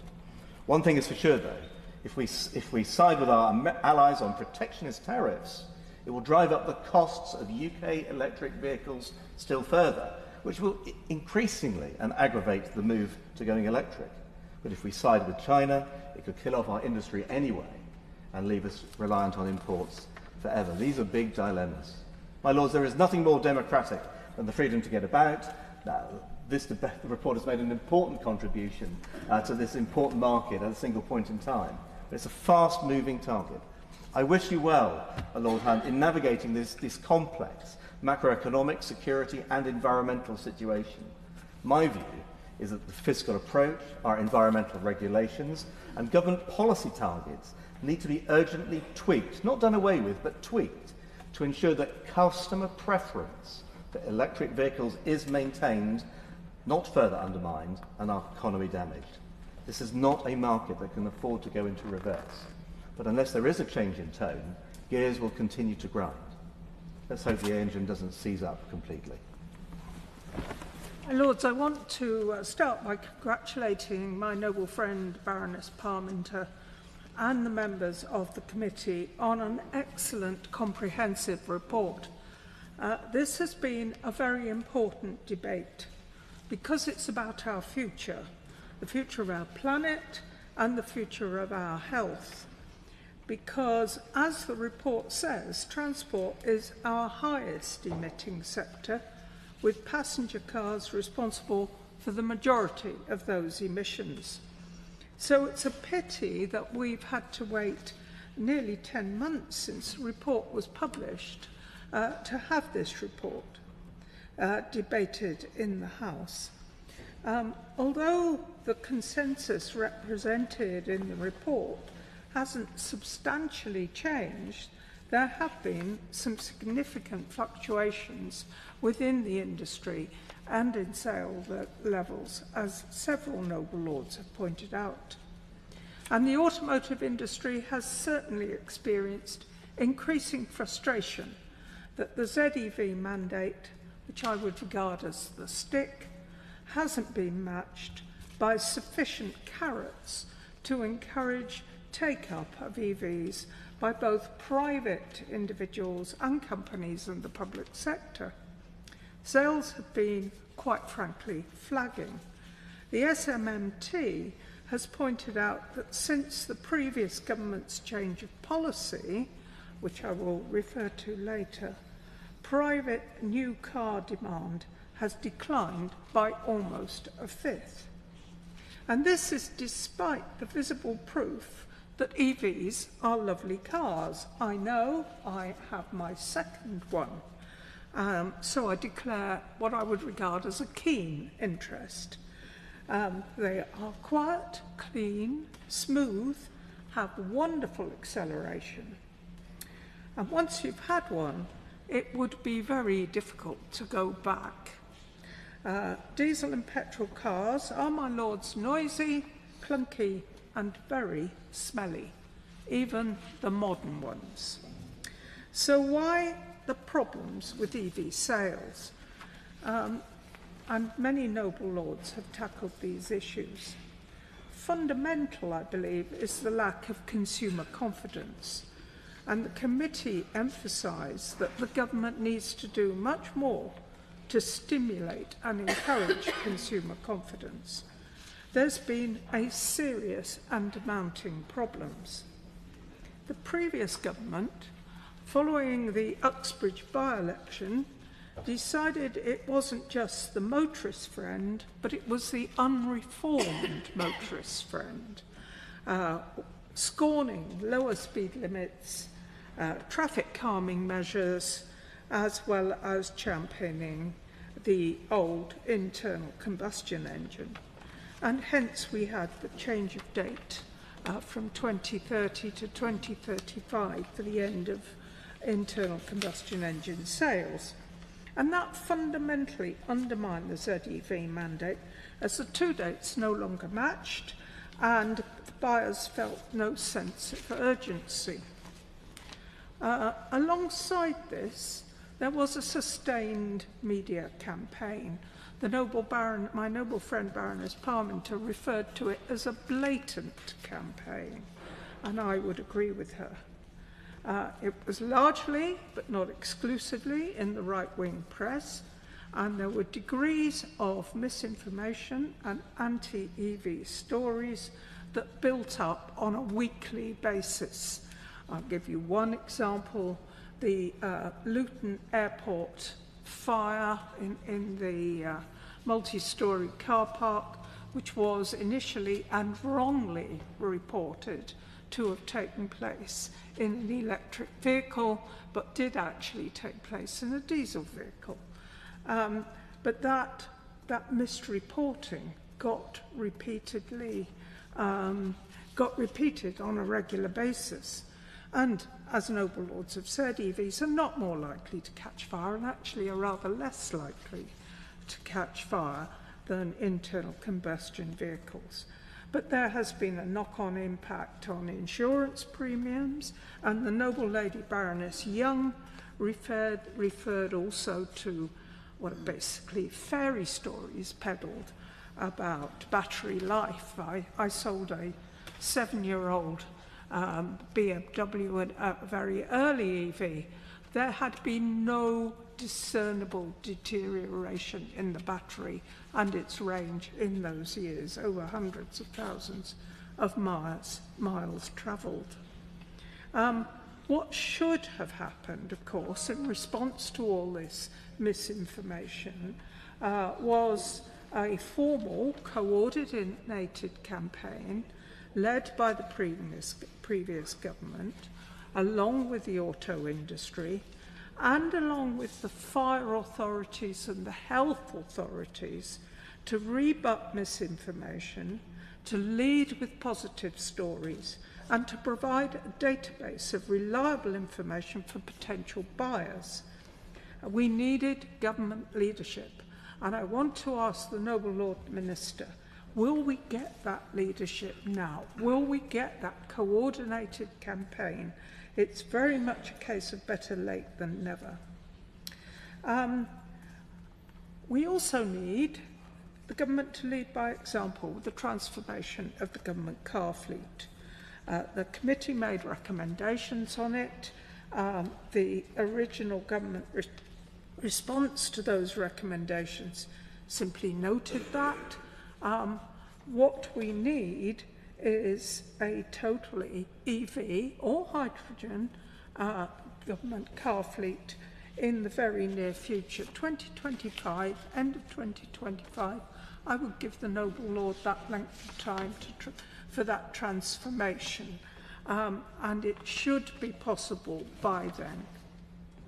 Of course, this is very much more than just about the government, but supportive rhetoric. Previously, the government took its foot off the pedal. I'm sorry about the pun, but one finds it very difficult to talk about transport without transport analogies. The previous government took its foot off the pedal far too soon on financial incentives to encourage the uptake of EVs. Those vehicles are still noticeably more expensive than internal combustion engine vehicles to buy. But it is important to emphasise they are very cheap to run. And they are not just cheap to refuel, they are also cheap in terms of the amount of maintenance they need. So they are a very good investment in that respect. Now, the SMMT points out that our neighbours and competitors across the world largely have incentive schemes. France, Spain, Italy, Hungary, Canada, Australia, many US states have incentive schemes. Norway has more EVs now than internal combustion vehicles. They have worked the incentive schemes brilliantly. So I very much hope that on the 30th of October in the budget we'll see a new approach because if we don't see some changes from the government, EVs will remain the preserve of the better off, and that is not socially acceptable. We don't just need purchasing incentives, we need grants because the cost of EV charge points installation is considerable. We need to avoid EVs being classed as luxury vehicles in terms of vehicle excise duty. And very importantly, we need to reduce VAT on public charging points. Otherwise, those with drives will always have an inbuilt advantage over the 40% of our population who have no access to vehicle charging facilities. And the noble Lord Woodley made this point. So I urge the government to be bold on this. The amounts of money involved are relatively small at a UK level. My noble friend Baroness Parmenter referred to black holes in the availability of charge points, and the report goes into detail on this. And motorway service stations have been talked of by other noble lords. The committee report refers to other problems, but I want to go further. Many decades ago, a previous government regulated the way we buy petrol and diesel. The nozzle shape is different. It is impossible to get confused between a petrol and diesel nozzle. The display of prices is regulated, so they're calculated in a way that enables customers to compare them from one location to another, and they are visible and so on. There are a huge number of safety regulations associated with it. A roof is almost always a feature of a filling station. You are protected from the sun and from the rain. But EV owners appear not to be entitled to this, and the noble Lord Burt made reference to it. The method of plugging in varies from one type of car to another, one provider of EV services to another. There's no roof, so you can't see the screen very often, or you're standing there in the pouring rain. The charge point is very often in the back corner of a large car park where you feel vulnerable after dark. You very often don't know how much you're going to pay until after you've used the facility. And also, it's difficult to know how you can pay. You very often have to charge up a card with £5 or £10 using a provider that you know you will never use again, so you'll never get your money back in a future charging. So why is it we cannot have a standardised system so that people feel reassured? It isn't just range anxiety, it's being able to charge up, it's charging anxiety when you get there. So I think that it is time that the industry woke up to the brave new world and provided the very best of facilities. And Shell are my heroes because they're beginning to do just that. It's essential, for example, that everyone can pay by credit card. The noble Lord Lilly didn't think we should have subsidies, but I would say subsidies are a well-worn path for new industries. And we smooth out their birth pangs, and I urge the government to look not just at reinstating targeted subsidies, but simple and inexpensive practical measures like standardised signage on motorways to show where you can charge your car. The report, my lords, covers other key issues such as grid connections, such as the need for changing the planning approach and so on. But those are things which will have to come, whatever happens about electric vehicles. Finally, my lords, I say, we have a new government, and I hope a new attitude and a new determination to stimulate this important industry. It will bring jobs, it will bring better health, and it will bring a greater hope for the future of our planet. And I hope that the government will match any measures with reinstating the 2030 date for the end of sales of internal combustion cars. Yeah. My lords, please first let me thank all noble lords on the Environment and Climate Change Committee who dedicated their time and effort into creating what is a first-class report. Warm thanks also to witnesses who gave evidence. The appendix list reads like a who's who of the motor industry. Their contribution provided the laser focus which is required to really understand the issues at hand. The government is committed to net zero emissions by 2050, and on the basis that surface transport is the country's highest emitting sector, making up 23% of total UK emissions, it is clear that electric vehicles have a role to play in the UK's progress towards net zero. As with all types of markets, whether that be financial markets, housing markets, or indeed auto car markets, consumer confidence is the foundation stone. If people have confidence in the sector, it will grow, it will thrive, it will be a positive asset to the UK economy, and that is exactly what we need to instill confidence in the EV market.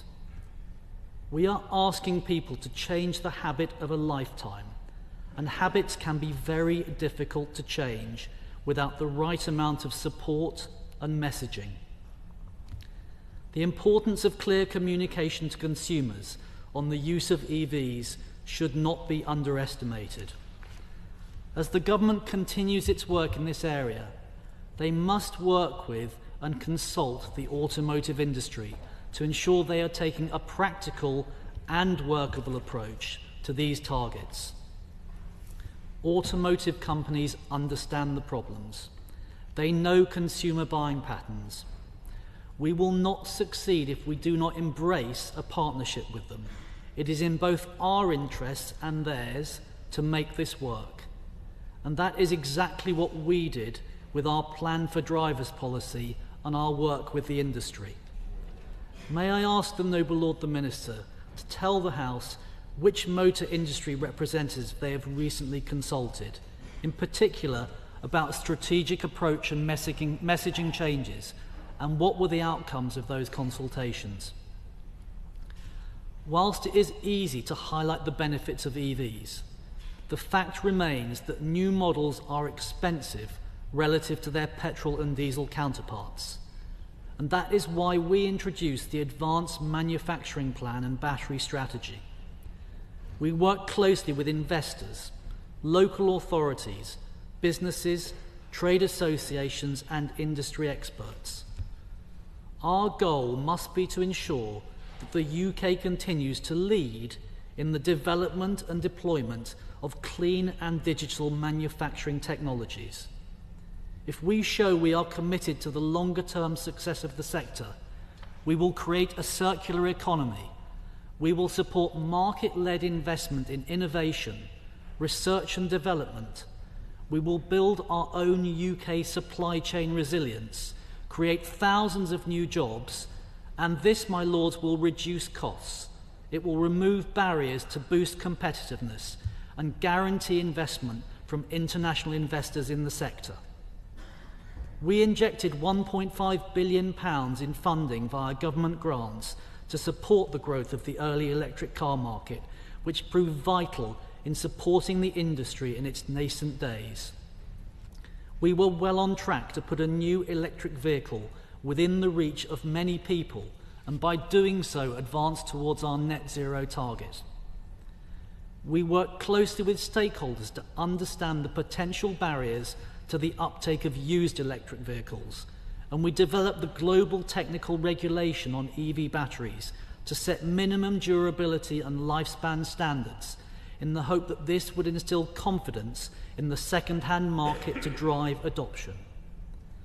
We would therefore be keen to hear what strategy the Noble Lord the Minister will now employ to guarantee the continued success of what we built and ensure a great British-built EV will be a realistic purchase for everyone in both the new and used market. We are seeing a trend towards reliance on foreign imports of EVs, and we must counter this. It will not help the UK economy or our own climate change ambitions.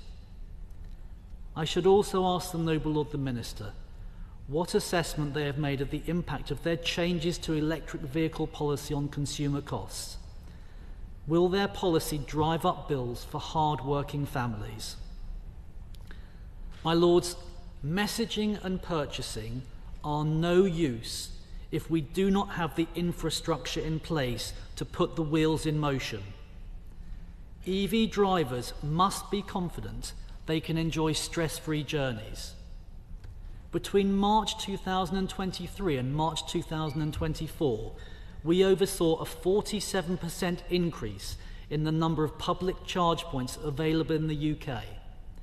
We established the £381 million Local Electric Vehicle Infrastructure Fund to help local authorities deliver a step change in the number of on-street charge points. We established the £70 million Rapid Charging Fund for the delivery of charge points at motorway service areas. We introduced the public charge point regulations to improve the consumer experience, and we set up the workplace charging scheme and electric vehicle infrastructure grants to support schools, businesses, charities, and many different types of residential properties. Given the progress we made in government, I hope the Noble Lord the Minister will be able to tell the House more about this government's intentions for the future. I would particularly like his feedback on whether the government is engaging with infrastructure funds to inject private capital, and what are the plans for rural areas. We must unleash our rural opportunity. That is key to growing the economy as a whole. So what is the government's public charging plan for the countryside? What steps is the government taking to ensure energy costs are affordable for those who own and run electric vehicles? End-of-life care for EVs also plays a crucial role. We must be able to provide a full front-to-back service which will finish with the recycling and disposal of EVs. So what is the government doing to ensure we have the capacity to facilitate this? If sales and production of EVs are set to increase, so must our ability to safely take them out of service and reuse whatever we can as part of our net zero aspirations. My Lords, we provided £2 billion to support the transition to electric vehicles.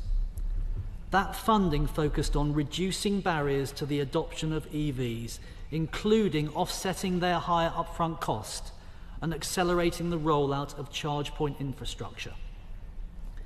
We legislated to ban the sale of new petrol and diesel vehicles from 2035 to give consumers independence to make the choice for themselves because of the higher upfront costs and to allow the domestic auto industry to develop further.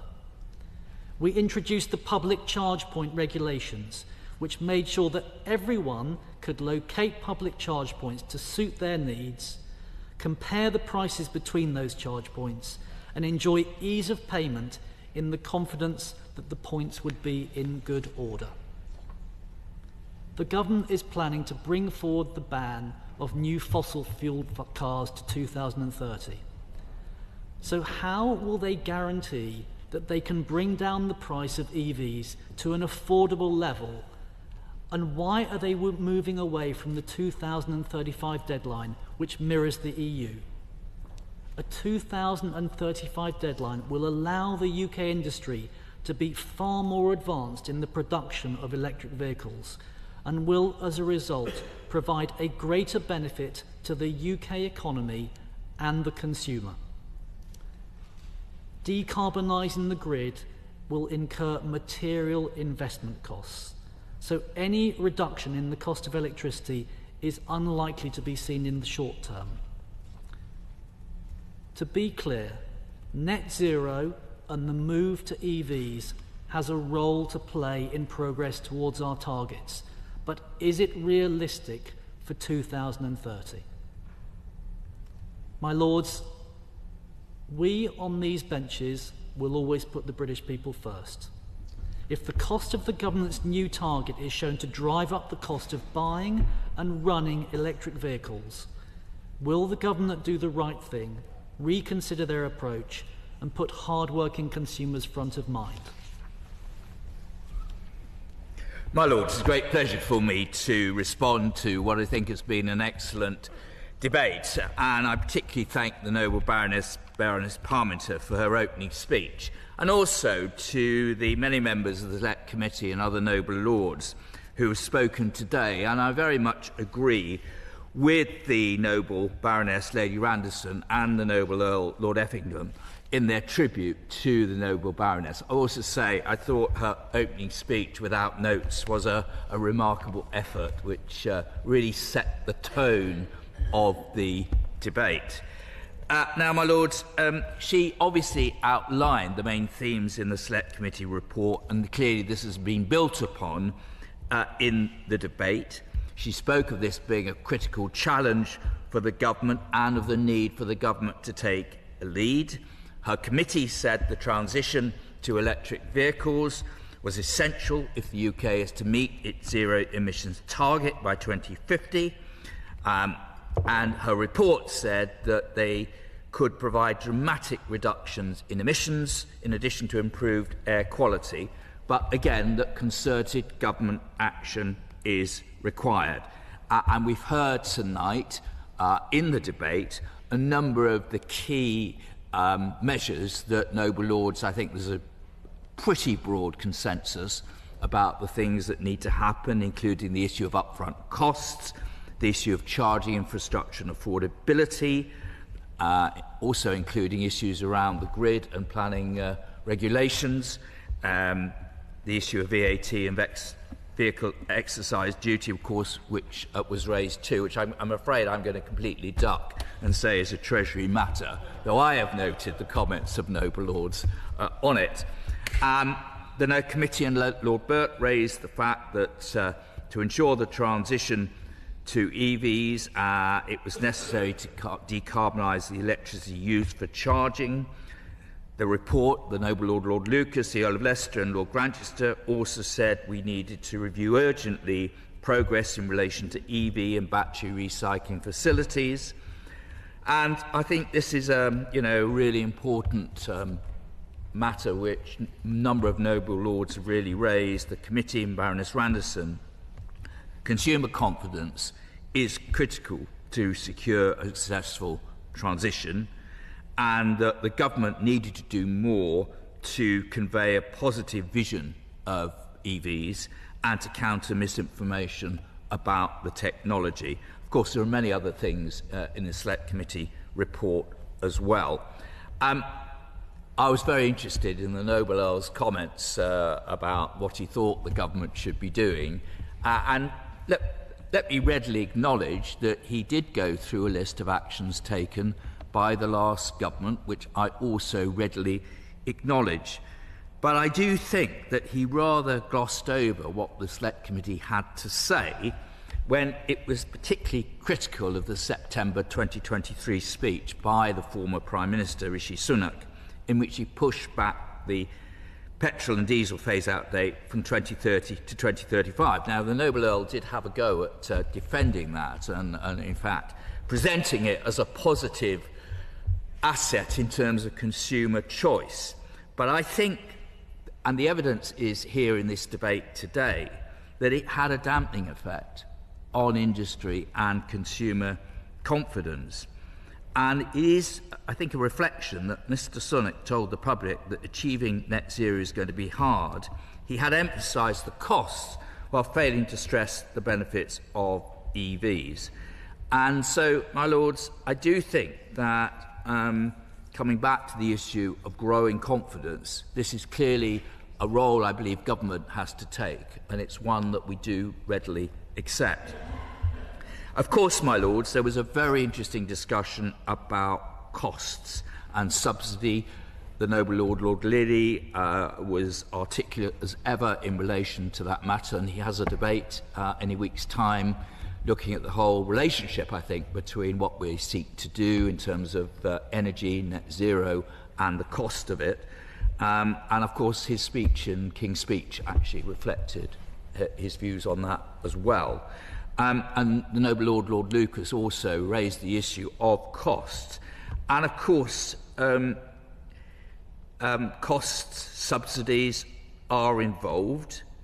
And, of course, my lords, the Department for Transport is engaged in discussions with our friends in the Treasury in relation to budget and spending review decisions.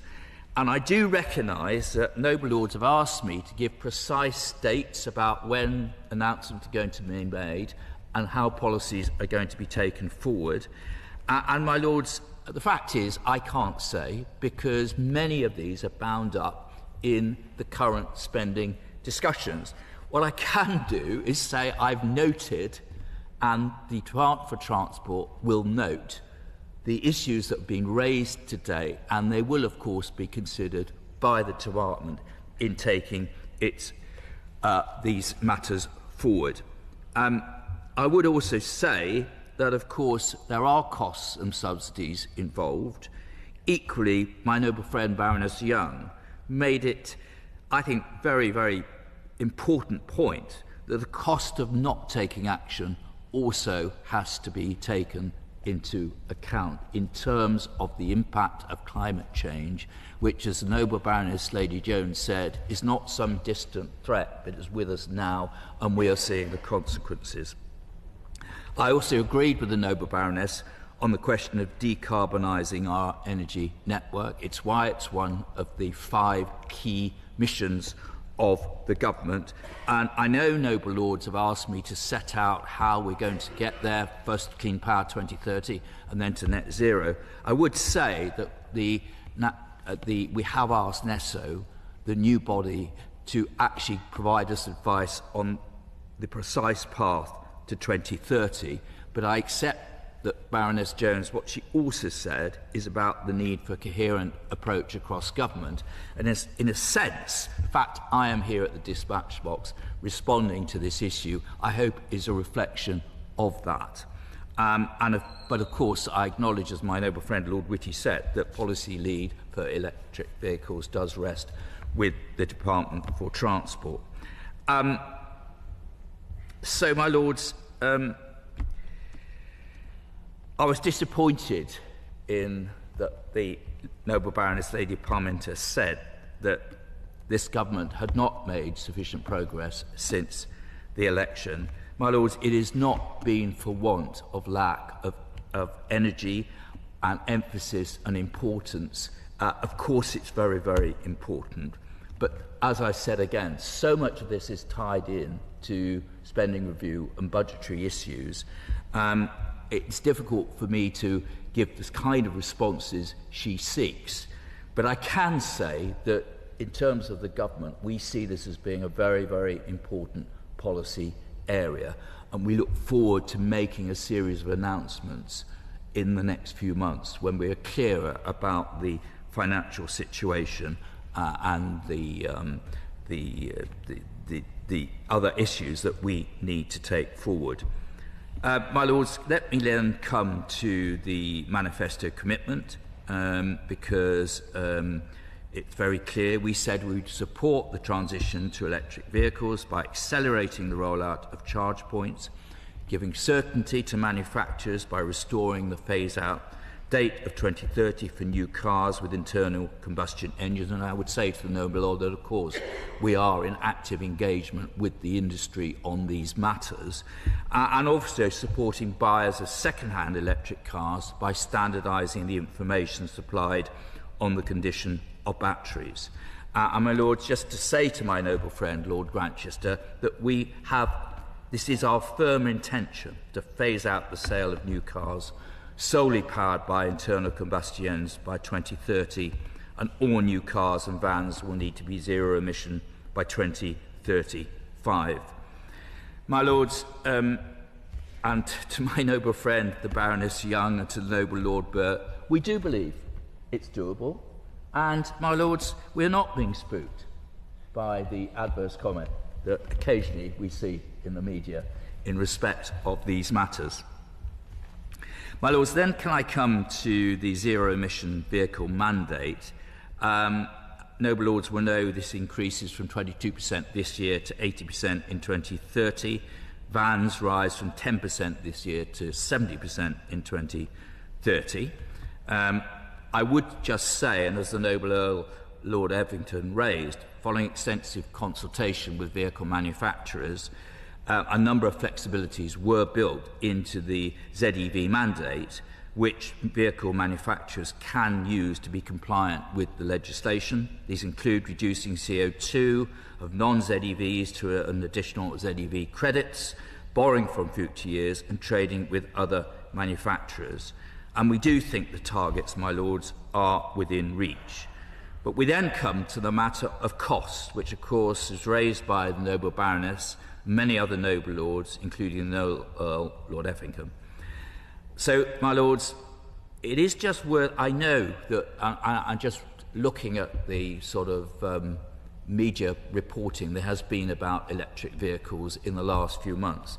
I know, my lords, there is a sense that the whole production and policy has stalled, but it is just worth pointing out that the number of electric vehicles sold in the UK does continue to rise. So far, there have been 270,000 battery electric cars sold this year, 13% higher than last year. And my lords, this September figure is particularly encouraging, and one hopes that that is sort of a sign. It could be a sign, I hope it is, that now consumers and the industry has greater confidence that we're going forward in relation to the targets that we've set, that hopefully this will be the start of an acceleration in interest and purchase of electric vehicles.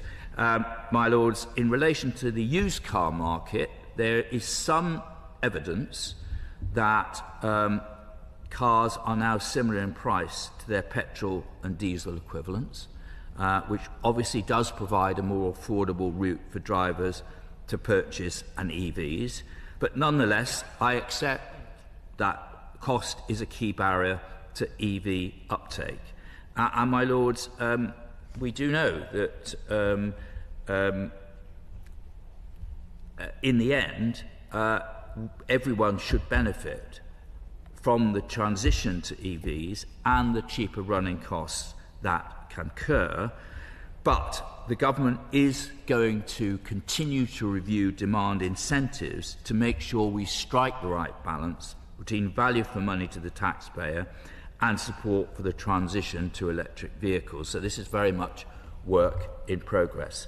I think that really is the same answer in relation to charging infrastructure and costs. We know that in order to give the public confidence in making the switch to electric vehicles, they must be confident in their ability to charge those vehicles. And I think that the Noble Earl really illustrated the point very well indeed. I also take, by the way, the Noble Lord Fuller's comments about the democratisation of charging as he described, and the potential contribution of parish councils, and the lack of uptake, and the issue of rurality, which I will make sure the department gives full consideration to, because I do recognise that this is a very important issue. May I also say that, of course, the Noble Lord talked about parish councils, but we know that the performance of local authorities generally is patchy, and clearly in terms of souping up the policy and going forward, we have to look at how we can encourage local authorities generally, including parish councils, to take up the charge rather more enthusiastically.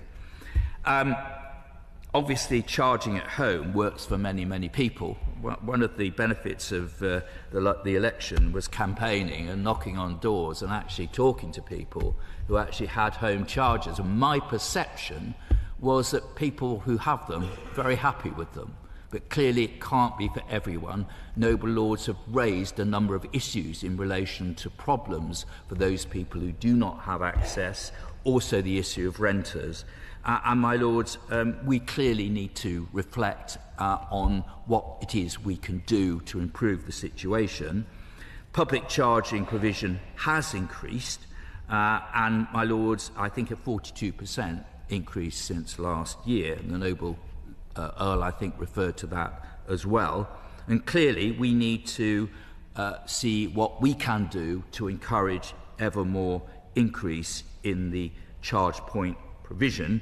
And I do take notice too of the point raised by the Noble Lord Burt, particularly in relation to service stations and rapid charging points, which I thought was very well made indeed. My understanding on that is that we now have 960 open access rapid and ultra rapid charge points at motorway service areas, and that many more are on or close to our key A roads. We've got the Rapid Charging Fund, which is piloting and funding a portion of the costs of upgrading the electricity grid at motorway service areas where it's currently not commercially viable to do so. We're looking at applications to the fund pilot at the moment, and we will be coming forward with further information, to use that word beloved of government departments, in due course. My Lords, the Noble Lord Burt also referred generally to the need for a reliable charging network. And of course, the public charge point regulations were introduced in November last year. In effect, this means charge point operators will be required to offer 24/7 access to a free helpline, share open data increased provision of contactless payment options and be 99% reliable across each rapid charging network. I do recognise, though, and we're definitely not complacent on this, and that we know more needs to be done. And we also recognise the importance of what the Right Reverend Prelate, the Bishop of Oxford, said in relation to fairness, which I think is a very, very well-made point indeed. My Lords, yes, Noble Lord's road pricing. The Noble Lord, Lord Whitty, and the Noble Lord, Lord Liddy mentioned this. Obviously, I must say from the dispatch box that there are no current plans to introduce a system of national road pricing, but I do think I should say that we recognise motoring tax revenues in general need to keep pace with the changes being brought about by the switch to EVs, whilst obviously keeping the transition affordable for consumers. My Lords, a number of Noble Lords made some important points about manufacturing, recycling and the battery supply chain. I've listened to those very carefully indeed, and I can also say that we're going to work very clearly with investors. Can I say to the Noble Lord Lucas and the Noble Lord Effingham on this via the Automotive Transformation Fund to build a globally competitive EV and battery supply chain in the UK. My Lords, I think that I ought to then turn to the issue of communication, because this is such an important area, and a number of Noble Lords, Lord Lucas, Lord Whitty, the Right Reverend Prelate, my noble friend Baroness Young, particularly raised the problem of misinformation about electric vehicles. And I think, my Lords, this is something that we need to be concerned about, to be not complacent. And I also recognise that we as government have a clear duty and responsibility in terms of giving clear information to consumers on the benefits and the use of electric vehicles. We do need to work very, very closely with industry in terms of correcting this misleading coverage, delivering factual communications to consumers on the many benefits that electric vehicles provide. And I have to say, we are already taking proactive action to counter inaccurate information presented by the media on the subject of EVs when this arises. But I think, my Lords, that the debate today has reinforced my view of the importance of doing this, and I know my colleagues in the Department for Transport will be listening very carefully to what has been said in relation to the role of government here.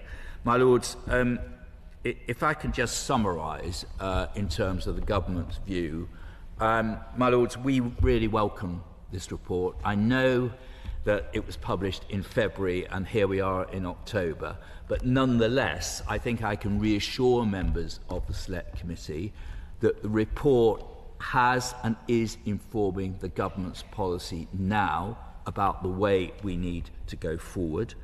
I have said already there are a lot of areas where I cannot give precise answers in terms of what we're going to do and what the date is, because it's very much dependent on spending review and budgetary discussions. And my Lords, let's be frank, the public finances are particularly challenging, and I won't hesitate to remind the party opposite of the public expenditure hole that they left us in, and clearly that, my Lords, this is a factor as well. But this is a very important policy area. Electric vehicles play a major role in terms of the journey towards net zero, and we do know that it's very, very important that we do come back with some of the answers to the questions Noble Lords have raised today. But in conclusion, may I thank the Select Committee again and its chair for the really extraordinary, valuable piece of work that they've done.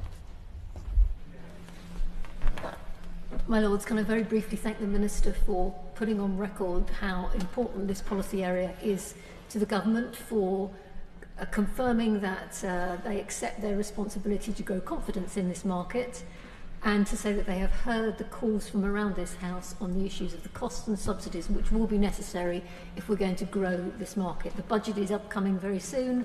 We will see whether the warm words we've heard tonight will be translated into the necessary action. I beg to move. The question is that this motion be agreed to. As many as with that opinion will say content. Content. To the contrary, not content. The contents have it. My Lords, I beg to move that the House do now adjourn.